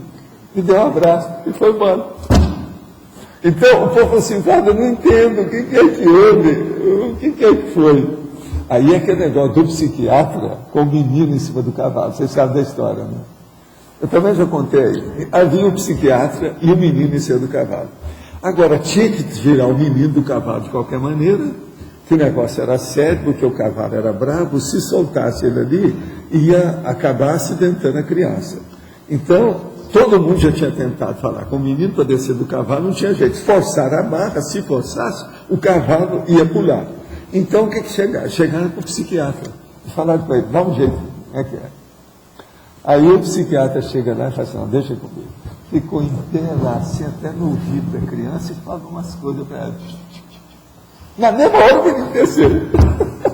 Aí todo mundo quis saber, mas o que é que foi que você falou? Qual foi o segredo? Não, o negócio foi muito fácil. Eu cheguei para ele assim, ó, desce agora, porque senão eu vou te dar uma surra de chicote. Tá aqui no meu dedo. Ele desceu na hora. Porque o menino era pequenininho, o psiquiatra usou o livro daquilo que tinha, né? Agora ameaçou a criança, na mesma hora ele desceu na pressa danada, sem problema do cavalo, sem criar nenhum acidente. Vocês estão entendendo? Então, a gente tem que entender essa situação. Agora, gente, nós temos aqui uma personalidade que acabou de chegar, toda engravatada ali. Veja só, estou impressionado, olha lá, que coisa, hein? Deve ter vindo de uma grande concentração aí de gente, né? Você pegou o nosso amigo com a limusine? Porque desse jeito aí tem que receber a pessoa de limusine. Vocês sabem esse negócio de limusine, como é que é, né? Tem o caso da Simone. A Simone e o Kevin, uma vez, nós fomos a New York e eles estavam nos esperando lá que eu ia dar uns cursos. Então ela falou, porque ela sabia que eu usava limusine quando viajava sozinho nos Estados Unidos. Então, quando nós chegamos lá no aeroporto, você está entendendo, o Kennedy, e fomos lá, e eles foram pegar a mala, não sei o quê, quando nós vimos, apareceu uma limusine. Eu disse, como é que é? Quando é que vem o carro? Eu disse, não, o carro é esse. Eu disse, mas como? Não, nós temos hoje uma limusine, nós vamos levar vocês de limusine. Então, limusine, quer dizer, era o caso de ter arranjado uma limusine. Aqui em Foz tem uma limusine. Era o caso de outra vez, quando você souber que ele vem todo empapelado desse jeito, se de ter um veículo à altura. Senão, como é que é esse negócio? Ah? Outra coisa, de gravata, tudo. Outra coisa, ele está com chapéu também. O negócio é muito sério. Está vendo? Ele entrou no meu clube do chapéu. Até que enfim, né? Isso é bom, positivo. Mas, gente, olha aqui, outra pergunta. Como posso fazer para ler a aura das pessoas, em especial das pessoas dissimuladas, que me pegam de surpresa e acabam me decepcionando com as mesmas? Esse está querendo ver a aura para dar um franco nas pessoas. A primeira coisa, não pode pensar desse jeito. Pensa positivo. Como é que é? Vocês não acham que você acha que isso está certo, Mário? Não está, né? Não é o ideal. A intenção aqui você acha que está boa? Não está, não é isso? Agora, o embarreiramento das autocríticas é próprio dos perfeccionistas, do despótico e dos autocratas? Às vezes. Não há dúvida, mas agora veja. Não pensa nisso, não. Vê se você começa a ver a aura da pessoa para ajudar as pessoas, mas não fica pensando nos mega trafalhos da pessoa, não. Porque senão está muito ruim isso aí, né? Dá uma ajuda aí. No final do ano vamos ter um curso sobre chakras e a aura e leitura da aura. Da leitura da aura vai explicar então seria bom aparecer aqui. E a forma mais adequada de lidar com isso. Olha, dá um jeito de se aparecer aí, vamos ver isso. Porque ali tem um jeitão. Tem que ser uma abordagem cosmoética. Cosmoética, sempre cosmoética. Gostaria de saber a opinião do senhor sobre a aplicação da técnica de mais um ano de vida na INVEX. Ô, chefa, pega aí e fala para nós alguma coisa, por favor. Ela é a doutora aí. Pois é, então é bom ela falar. Será que... Não, essa pessoa é de fora, não é daqui. É de fora. A pessoa não é daqui. Leonardo Bastos, né? Da Sinvex? Então, ele não estava lá ontem? Ah, sei, mas ele é de fora. Explica tudo, porque ele é da Sinvex do Rio, aqui o nosso amigo está perguntando. Fala tudo que você falou aí para a turma ontem. É uma boa. Isso aí outros também vão ver, porque a turma da Sinvex está seguindo agora a abertura, tem muita gente vendo. Eu já vi aí depois, fora que eu estou falando. Professor Valdo, ontem nós tivemos um bate-papo sobre a técnica lá na Sinvex, e nós ampliamos, pelo menos tentamos ampliar mais um pouco sobre o compromisso e a responsabilidade que envolve a técnica, né? Que é composta de você avaliar todas as áreas da sua vida, no caso da Sinvex, seriam as áreas, né, da instituição. Como é que eles estão hoje e para onde é que eles querem ir, fazendo um planejamento, né, de fechar ou recuperar tudo que eles não fizeram nos 6 anos anteriores. Que seria importante fazer um levantamento como está a Sinvex hoje, como deveria estar com 6 anos, ver as lacunas e fazer um planejamento de superação, de ações, né, com ações bem assertivas para dar um upgrade no processo da instituição. Foi muito interessante e rico, gostei muito da experiência de conversar com eles. Nós também falamos que eles convidassem a Malo para conversar com eles, que a Malo gerenciou um trabalho de técnica em grupo lá no Polo de Pesquisa de Brasília. E seria bem interessante também eles verem esse outro aspecto, com mais experiência, para incrementar mais ainda a técnica que eles estão pensando em fazer com a instituição, todos juntos.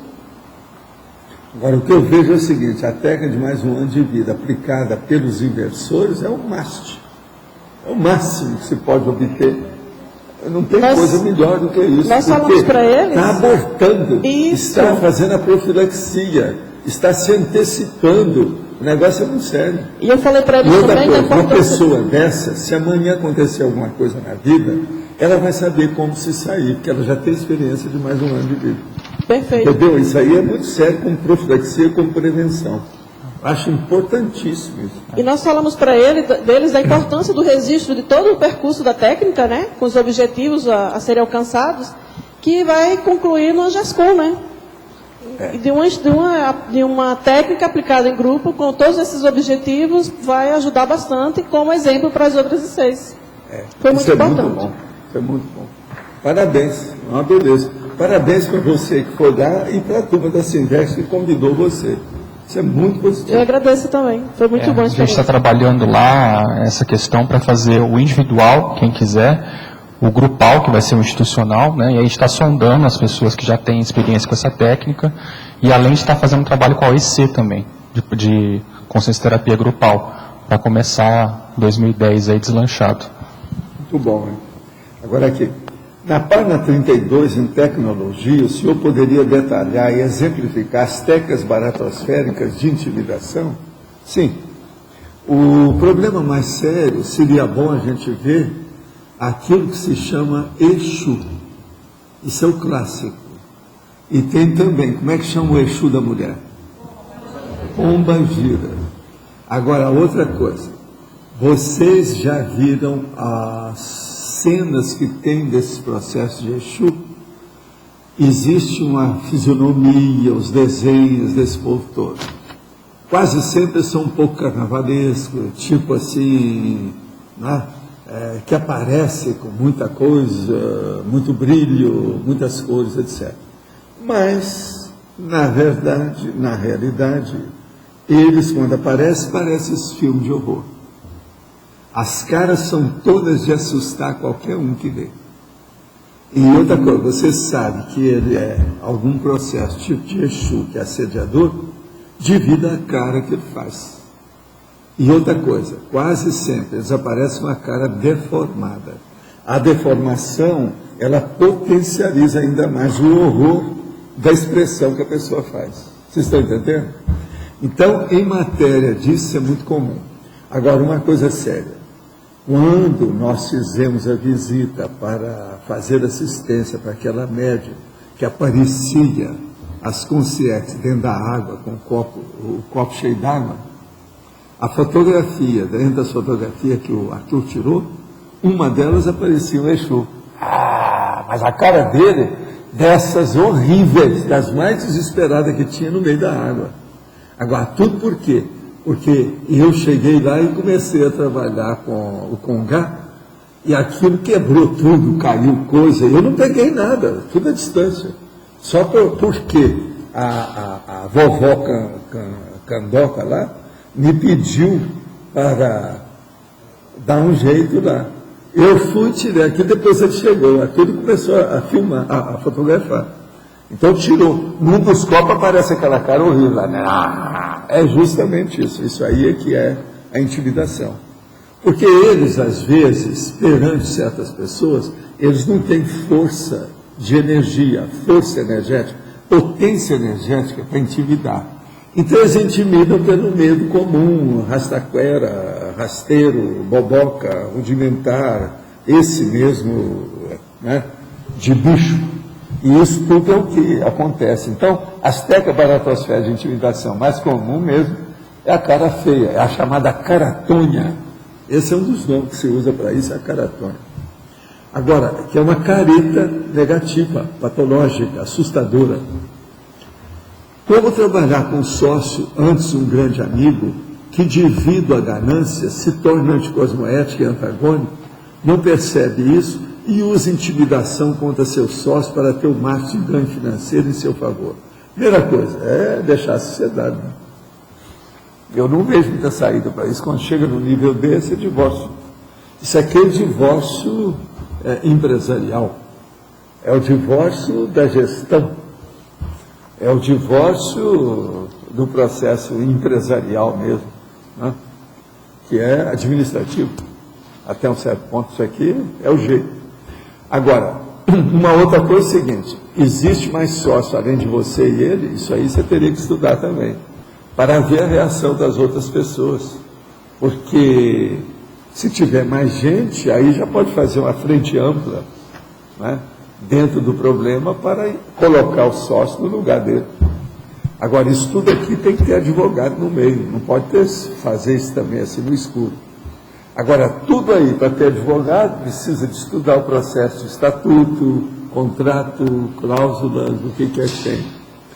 Alguma coisa você deve fazer. Continuar do jeito que está aqui não é bom pelo seguinte, se ele tem essa ganância, do jeito que você está falando, é anticosmoético, se você continuar com ele nesse nível, você está entrando na interprisão do grupo CARP. Não tem saída para isso. Vocês viram a saída para isso? Eu não vejo. Bem do que claro. Só que é caso de tomar a providência. Continuar é baratosférico. Não vale a pena. Paulo, aqui, ó, de novo. Na fatologia, na 7ª linha, no final, o tolimento da espontaneidade alheia, combinado aí com o limite à criança. Onde é que está o tolimento da espontaneidade alheia? O que você quer? E a colocação do limite para as crianças. A criança, por exemplo, é um erro. O problema da professora, por exemplo, que fica gritando com criança. Ainda ontem, a minha mulher, a Graça, falou isso lá na reunião dos vereadores. Aquela professora que grita com as crianças. Isso não pode. Isso é um erro. Fica gritando. Isso mostra que ela não tem autoridade. Autoridade didática, autoridade profissional, autoridade docente. Ela não tem. Então, isso é intimidação. É errado. Uma outra coisa também, em matéria de intimidação com criança, uma das coisas mais sérias que tem, é aquele negócio da criancinha, que a mãe vira e fala assim, menino, você fica quieta aí, porque senão o cara feio vem te pegar. Tem vários nomes que eles usam, né? Bicho papão, cara feia, não sei o que é mais, hein? O velho do saco, tem um monte de coisa assim. Quer dizer, isso é errado. Isso aí está errado também. É um tipo de intimidação errônea. Entendeu? Isso tudo tem. Em matéria de criança, tem uma verdadeira enciclopédia de erros. É muita gente que erra para tratar de criança. Isso não é o ideal. Agora, por exemplo, aquela para o psiquiatra, até que, às vezes, é preciso a gente pensar, porque às vezes é uma saída. É uma saída técnica boa. Mas a maioria de fazer intimidação assim, ameaça pública, isso está tudo errado. A pessoa não tem, ela está sem nenhuma, vamos dizer, autoridade pessoal. Você está entendendo como é que é? Outra coisa, o pai, a mãe, quando faz isso com o filho, está tudo errado. Você também tem que entender. A própria premiação de uma criança tem que ser muito bem estudada. Porque senão a premiação, em vez de ser boa, ela é negativa. Isso aí você tem muito cuidado. Como é que pode se saber? Porque se começar a premiar demais uma criança, tudo que ela vai fazer no resto da vida, primeiro ela receber um prêmio. Porque ela ficou viciada naquilo. Isso aí tem que ir com calma. Onde é que entra ali o limite do próprio limite, de colocar o limite? Onde é o modo de conversar. Por exemplo, uma mãe, um pai, um professor, uma professora, jamais precisa de subjugar fisicamente a pessoa. Chegar nela e... isso é loucura. E tem gente que é pior. Tem gente que tapa a boca da criança. Eu já vi isso tudo acontecer. Agora, uma vez isso aconteceu comigo no curso primário. E a minha mãe era professora lá do grupo. Agora, o que se passa? Não foi comigo, mas foi com uma menina, que era minha colega no curso primário. A professora agiu errado. Agora, lá pelas tantas, eles começaram a culpar a criança. E eu vi o negócio como é que era. Eu cheguei lá e bati na mesa. Eu era pequenininho. Cheguei lá e falei assim, não, eu vi o que aconteceu. A culpa foi da fulana, a dona fulana, a professora. Ela tapou a boca da criança. E fez isso. Isso está errado. A menina também não tem culpa disso, não. Porque quem fez isso foi outra pessoa. Aí foi um auê. Vieram em cima de mim, etc., mas me fez descobrir. Por quê? O menino que tinha feito aquilo ficou com a consciência pesada, coitado. Chegou lá e falou, não, foi eu que fiz, pronto. Aí a professora ficou no buraco, e o povo todo lá. Agora veja, se eu não tivesse entrado, a menininha ia sofrer com o negócio. Entende? Agora, isso foi no curso primário. Eu nunca pude esquecer, porque foi a única vez que me chamaram de diretoria. Você está entendendo? Porque eu nunca tinha sido... Aquilo era um verdadeiro B.O. Você está entendendo? E eu fui chamado, então fui ver o que era. Então, primeiro eles conversaram comigo em separado. Depois chamaram a menina e chamaram a professora. Tudo. E eu falei tudo na frente. Não, eu vi a senhora, o que a senhora fez com ela. E tudo assim, eu vi a senhora fazendo isso tudo. Aí, já o caso todo, foi falar lá com a minha mãe, falou assim, ó, o seu filho fez um ato de justiça violenta, esse menino precisa ter cuidado com ele. Entendeu? Foram falar para a minha mãe, por isso que eu fiquei sabendo depois do negócio. Agora, eu falei com a minha mãe, não foi até bom só ficar sabendo, porque eles me chamaram na diretoria. Você sabe, no grupo, quando falava, estão chamando você na diretoria, vai lá, pronto. O cara já saía fazendo xixi pelas pernas abaixo, porque a situação era precária. Você está entendendo como é que era? Isso era o grupo escolar. Lá, eles usavam palmatória, mas quando eu entrei, eles já tinham cortado a palmatória, já não estava mais palmatória. Mas antes estava. Nesse grupo. É comum a gente ver, às vezes, mães que batem no filho em público e dizem para a criança não chorar ainda, né? E agora, o pior é quando a gente entra para acalmar isso aí.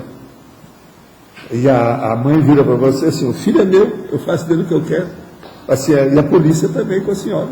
Os pais da senhora, o que eles querem. Vamos chamar a polícia. Às vezes é preciso. E ocorre também... Agora, esse negócio de rua não é fácil. Tem muita gente que interpreta mal também. Uma das coisas que tem mais interpretação não é de criança. A interpretação errada é de dois namorados. E, às vezes o negócio está de tal maneira que parece que vão se engalfinhar. Então, isso na Europa é um negócio. Mas não é nada, aquilo é o jeito deles. E, às vezes, se a pessoa entrar e fala assim, olha, você quer que chame a polícia? Isso é um perigo quando faz uma coisa dessa. Aí os dois viram para o professor, vai fazer a polícia por quê? Eu já vi isso acontecer. Também, assim, as mães às vezes usam essa bandeira como se estivesse colocando os limites ou educando o filho, E aí é que tolhe a espontaneidade da criança, né? Sei, mas você sabe, é muita mãe que bate nos filhos, né? Essas coisas ainda existem, isso aí. É da natureza humana. Outra coisa, tem mãe que mata o filho, né? Tudo isso. Uma outra coisa, o que é que deu aquele caso daquela Isabela, hein? Vocês sabem? Está rolando ainda? Não tem nada ainda não, né? Hein? Estão presos? Ainda estão? Estão presos? Saiu que eles estavam contestando que o sangue não era deles, mas foi comprovado que é sangue deles mesmo, então a perícia estava correta. Então já a coisa está caminhando. Piorou para o lado deles um pouco mais. Piorou? A última notícia é essa aí. Eles estão vendo como é que o negócio é sério. Aquilo ali é um caso grotesco. O outro caso também que eu acho grotesco, é esquisito, é aquele dos Estados Unidos, daquela menina que era atriz, que aparecia por todo lado, que apareceu morta também. Aquela Benny, da história. Vocês viram aquilo? Negócio sério, grandão. Isso percorreu o mundo inteiro. E no fim, também o negócio ficou meio esquisito, ninguém sabe. Agora, eles estavam acusando também que tinha gente da família. Agora eu também não vi. A chamava Bennett, parece a garota. Alguém aí deve ter lido isso aí, visto isso aí. Você estava lá, né? Uma barbizinha. Era uma barbiezinha. Agora, lindíssima. É a Ruan Bennett, né? Que era o nome dela, uma coisa assim. E até agora o corpo dela não foi encontrado. Que eu saiba, o corpo dela não foi encontrado, os pais não foram indiciados. Eu estava nos Estados Unidos também na ocasião do negócio e conversei com as pessoas que estavam interessadas no caso. Você está entendendo? Uhum. Então eu me interessei por isso por causa do processo. Uhum. Tinha até um psiquiatra que estava muito interessado no caso, que não sei o que é, que tinha uma ligação ali com gente do caso. Agora, que aquele caso é esquisito. É esquisito, ele não foi solucionado, mas é um entre os vários, né, que acontece nos Estados Unidos. Acho que assim, né? Acontece. Eu queria aproveitar a situação para sugerir uma coisa, que seria bom, né, por exemplo, no Brasil, se a gente tivesse para você ter um filho, se você ter uma carteira de habilitação para ser um pai, né? Quando você dirige um carro, você precisa. Eu tinha falado isso em vários lugares já, isso aí é antigo. Seria na década bom, de né? 70 já tinha gente falando nisso, mas nunca eu vi isso constituído. É o processo da carteira do pai e a carteira da mãe. Do jeito, se tem para dirigir um carro, se a pessoa dirigir uma criança é muito mais sério. Entra aí, vai à esquerda, meu filho, vai à direita, como é que é? É muito mais difícil. Dirigir uma pessoa. Na Itália tem para adoção. Não, adoção na Itália tem, fica quase um ano. Sei, mas eu quero ver o papai e a mamãe. A maternidade e a paternidade, é isso que eu estou falando. Agora, eu vejo esse negócio desde 1970, foi os primeiros que eu vi. Agora, esse caso então, você que teve. Você saiu dos Estados Unidos quando? Janeiro agora? Até lá ainda não tinha resolvido nada, né? Não, está sempre em capa de revista, alguém achou alguma coisa, fulano assim? falou. Porque ela virou a ovelha, né, dos Estados Unidos, ela é bonitinha, ela dança. Escuta, Adriana, dá uma olhada dela na internet sobre o caso dela. É Joan Bennett. Vê o que é que tem de coisa recente. É capaz de ter alguma coisa na internet. Isso aí é um caso que eu segui. Eu quero aprender com isso, porque aquilo ali é esquisito. Agora, uma coisa. Havia lá uma das denúncias, era que seria os pais, não é isso? Não é isso? Igualzinho esse do Brasil também, que seria os pais. Aqui no Brasil eles prenderam o casal, lá não. E outra coisa, parece que lá tem muito dinheiro rolando. É isso que os caras estavam falando na ocasião. É muito dinheiro, né? Agora é um negócio sério. Uma outra coisa. Fazer aquilo que eles fizeram com a menininha era um negócio mesmo de alguma coisa acontecer com ela. Não, você vai ver depois na internet. Você lembra do negócio dela? A menina, gente, era uma deusinha, era uma loucura. E outra coisa, um charme, uma força presencial, uma loucura. Vocês lembram daquele filme que eu falei, que o menino que estava aí, e que ele roubava a cena de todo mundo? Essa menina, quando aparecia, tudo quando era bailarino, ela engolia todo mundo. Ninguém aparecia, era só ela. Entendeu? Então isso aí é muito sério. Agora, são casos que estão, então, para solucionar, né? Um nos Estados Unidos e outro aqui. Preciso ver o que vai dar isso com o tempo. Gente, então, os nossos comerciais, por favor. Obrigado. As pontuações de hoje: 56 assinaturas no livro de presença, 11 perguntas presenciais, 17 perguntas respondidas online, 34 votos presenciais, 12 votos online. Teremos os recados do Leonardo e do Alexandre, o curso e lançamento do livro JK, a Flávia e Mário Tenepsograma, Verônica, curso Maturidade Afetiva, o Oswaldo, Vila Consciência, e o César Cordioli, Conselho dos 500. Boa tarde a todos. Nós estamos fazendo uma atualização dos amigos da enciclopédia, juntando também as empresas que estão em várias regiões, tanto do Brasil como do exterior. O valor para um ano de inscrição é de R$ 720. Pode ser pago em 12 vezes, sem juros, e até pelo cartão. É só procurar o CAEC na recepção. Ou então, para aqueles que são os tertulianos, podem fazer a renovação pelo link da tertúlia.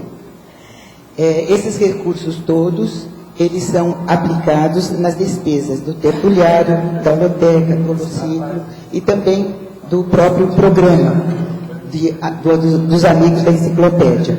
Lembrando que no final do mês, dia 31, vai haver o sorteio, o grande sorteio para aqueles que estão com as suas inscrições ainda vigorando, que são 3 laptops e 3 cursos, ECP1, ECP2 e o acoplamentário. Obrigada.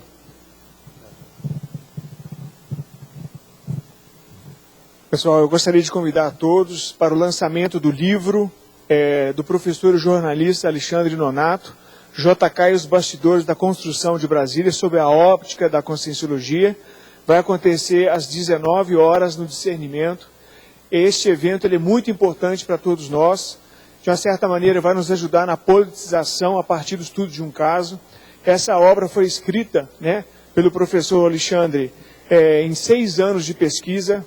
Foi feita uma consulta bibliográfica de 299 obras e 66 entrevistas com pessoas que viveram a época. Então é uma obra bastante interessante, é uma oportunidade ímpar de encontrar e debater junto com o autor do livro. Tá? Então todos estão convidados aí. Boa tarde. Além do lançamento do livro no dia 23, nós vamos ter também um curso dia 24, no dia seguinte, que é sobre autoconhecimento através de biografias, que vai ser um estudo de caso a partir do livro do JK. Então a ideia desse curso é apresentar a vida do Juscelino Kubitschek, mostrar os traços dessa personalidade, um estudo proexológico, conscienciométrico, e 2/3 desse curso é prático, quer dizer, a gente vai procurar apresentar técnicas para que a pessoa possa aproveitar a sua autopesquisa e otimizar então aí a partir da biografia, no caso especificamente do JK. Então aqui o curso vai ser no dia 24, no CAEC, das 17 às 20 horas. Será após o curso avançado do professor Valdo Vieira, e estão todos convidados. O preço do curso é R$ 80, que já inclui o livro. Quem já comprou o livro sai por R$ 40. O telefone é 3525-2652, que é aqui no CAEC. Obrigado. Bom, pessoal, para avisar que ainda temos vagas para o curso que vai acontecer amanhã, que é a oficina do Tenepsograma, quarta e quinta-feira, 16 e 17 de dezembro. Lembrando que o foco da oficina do Tenepsograma é uma autoavaliação conscienciométrica através do inventário da TENEPS e de práticas bioenergéticas. A gente vai fazer uma autoavaliação do desenvolvimento da TENEPS através desse trabalho conscienciogramático e bioenergético. Os professores serão Flávia Gutz e Mário Oliveira. E é uma oportunidade ímpar para quem estiver participando do Fórum da TENEPS, que vai acontecer na próxima semana. Esse vai ser uma prévia para a pessoa ter uma autoavaliação e levar esse material para o fórum. E com isso ela ter instrumentos da autopesquisa dela para poder qualificar a assistência na TENEPS. Obrigada. Bueno, buenas tardes para todos. Vamos a reiterar una serie de informaciones muy importantes que dimos ayer con respecto al condominio Villa Conciencia. En primer lugar, queremos informarles a todos los propietarios que el condominio Villa Conciencia ya está registrado en el condominio, en el cartorio de inmuebles de Foz de Iguazú. Eso le va a permitir a todos ustedes poder solicitar los préstamos bancarios, previo, lógicamente, la escrituración del inmueble. En segundo lugar, queremos informarles que la IEC lanzó esta semana con...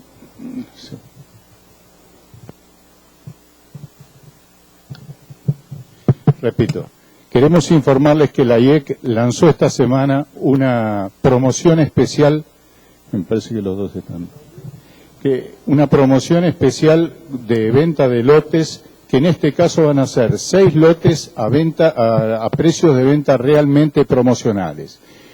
Anteayer fue vendido el primer lote y ayer fue concluida la venta del segundo lote. Por lo tanto, tienen a disposición la venta de 4 lotes a precios realmente promocionales.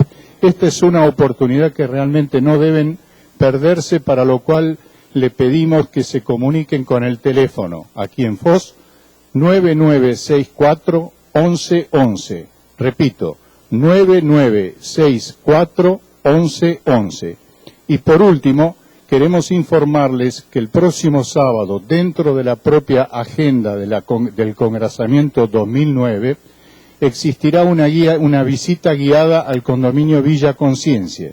Ahí tendremos montada una carpa para poder orientar a todos los visitantes con respecto a las características del condominio y al mismo tiempo para que puedan efectuar la compra de lotes. Muchísimas gracias, buenas tardes. Alô. Então, pessoal, eu queria convidar mais uma vez para o curso Maturidade Afetiva, que acontecerá dia 27 de dezembro, das 3 às 8h30 da noite, pelo professor Eduardo Vicente, da IAC, na Alemanha. E estou ratificando o convite porque nós estamos com um número de inscrições bom, mas que não justifica passar para o auditório. Então, o curso vai acontecer na Sala da Intercooperação do Discernimento e nós temos só umas 10 vagas mais. Então, quem quiser fazer a inscrição, por favor, pode fazer comigo, com a Pilar, com a Bartira ou na Sala do 201 do Discernimento. Obrigada. Pessoal, boa tarde. Nós gostaríamos de falar do Conselho dos 500. Hoje nós estamos completando uma semana de coleta de assinaturas e nós alcançamos a marca de 124 assinaturas. E então nós gostaríamos de convidar a todos aqueles que sentem afinidade, que querem participar desse grupo que vai decidir os rumos da Cognópolis Foz, para colocarem o seu nome ali na entrada do tertuliário, que a gente está só aguardando chegar aí a cerca de 200 assinaturas para poder convocar essa primeira reunião. E esse convite ele é especialmente indicado ou dedicado a todas aquelas pessoas que nunca tiveram assim uma maior participação, que às vezes acham que os rumos da Cognópolis está centrado apenas na mão de algumas pessoas, e essa é a grande oportunidade, porque os votos eles são paritários, todas as pessoas têm o mesmo peso na hora de votar, e é a grande oportunidade então para a gente fazer a participação grupal de todos, ok? Então fica o convite, a lista está na recepção do tertuliário. Muito obrigado. Para amanhã, eleito com 9 votos, teremos o verbete Vida Intrapsíquica, da Cerebrologia. Obrigado e uma boa tarde a todos.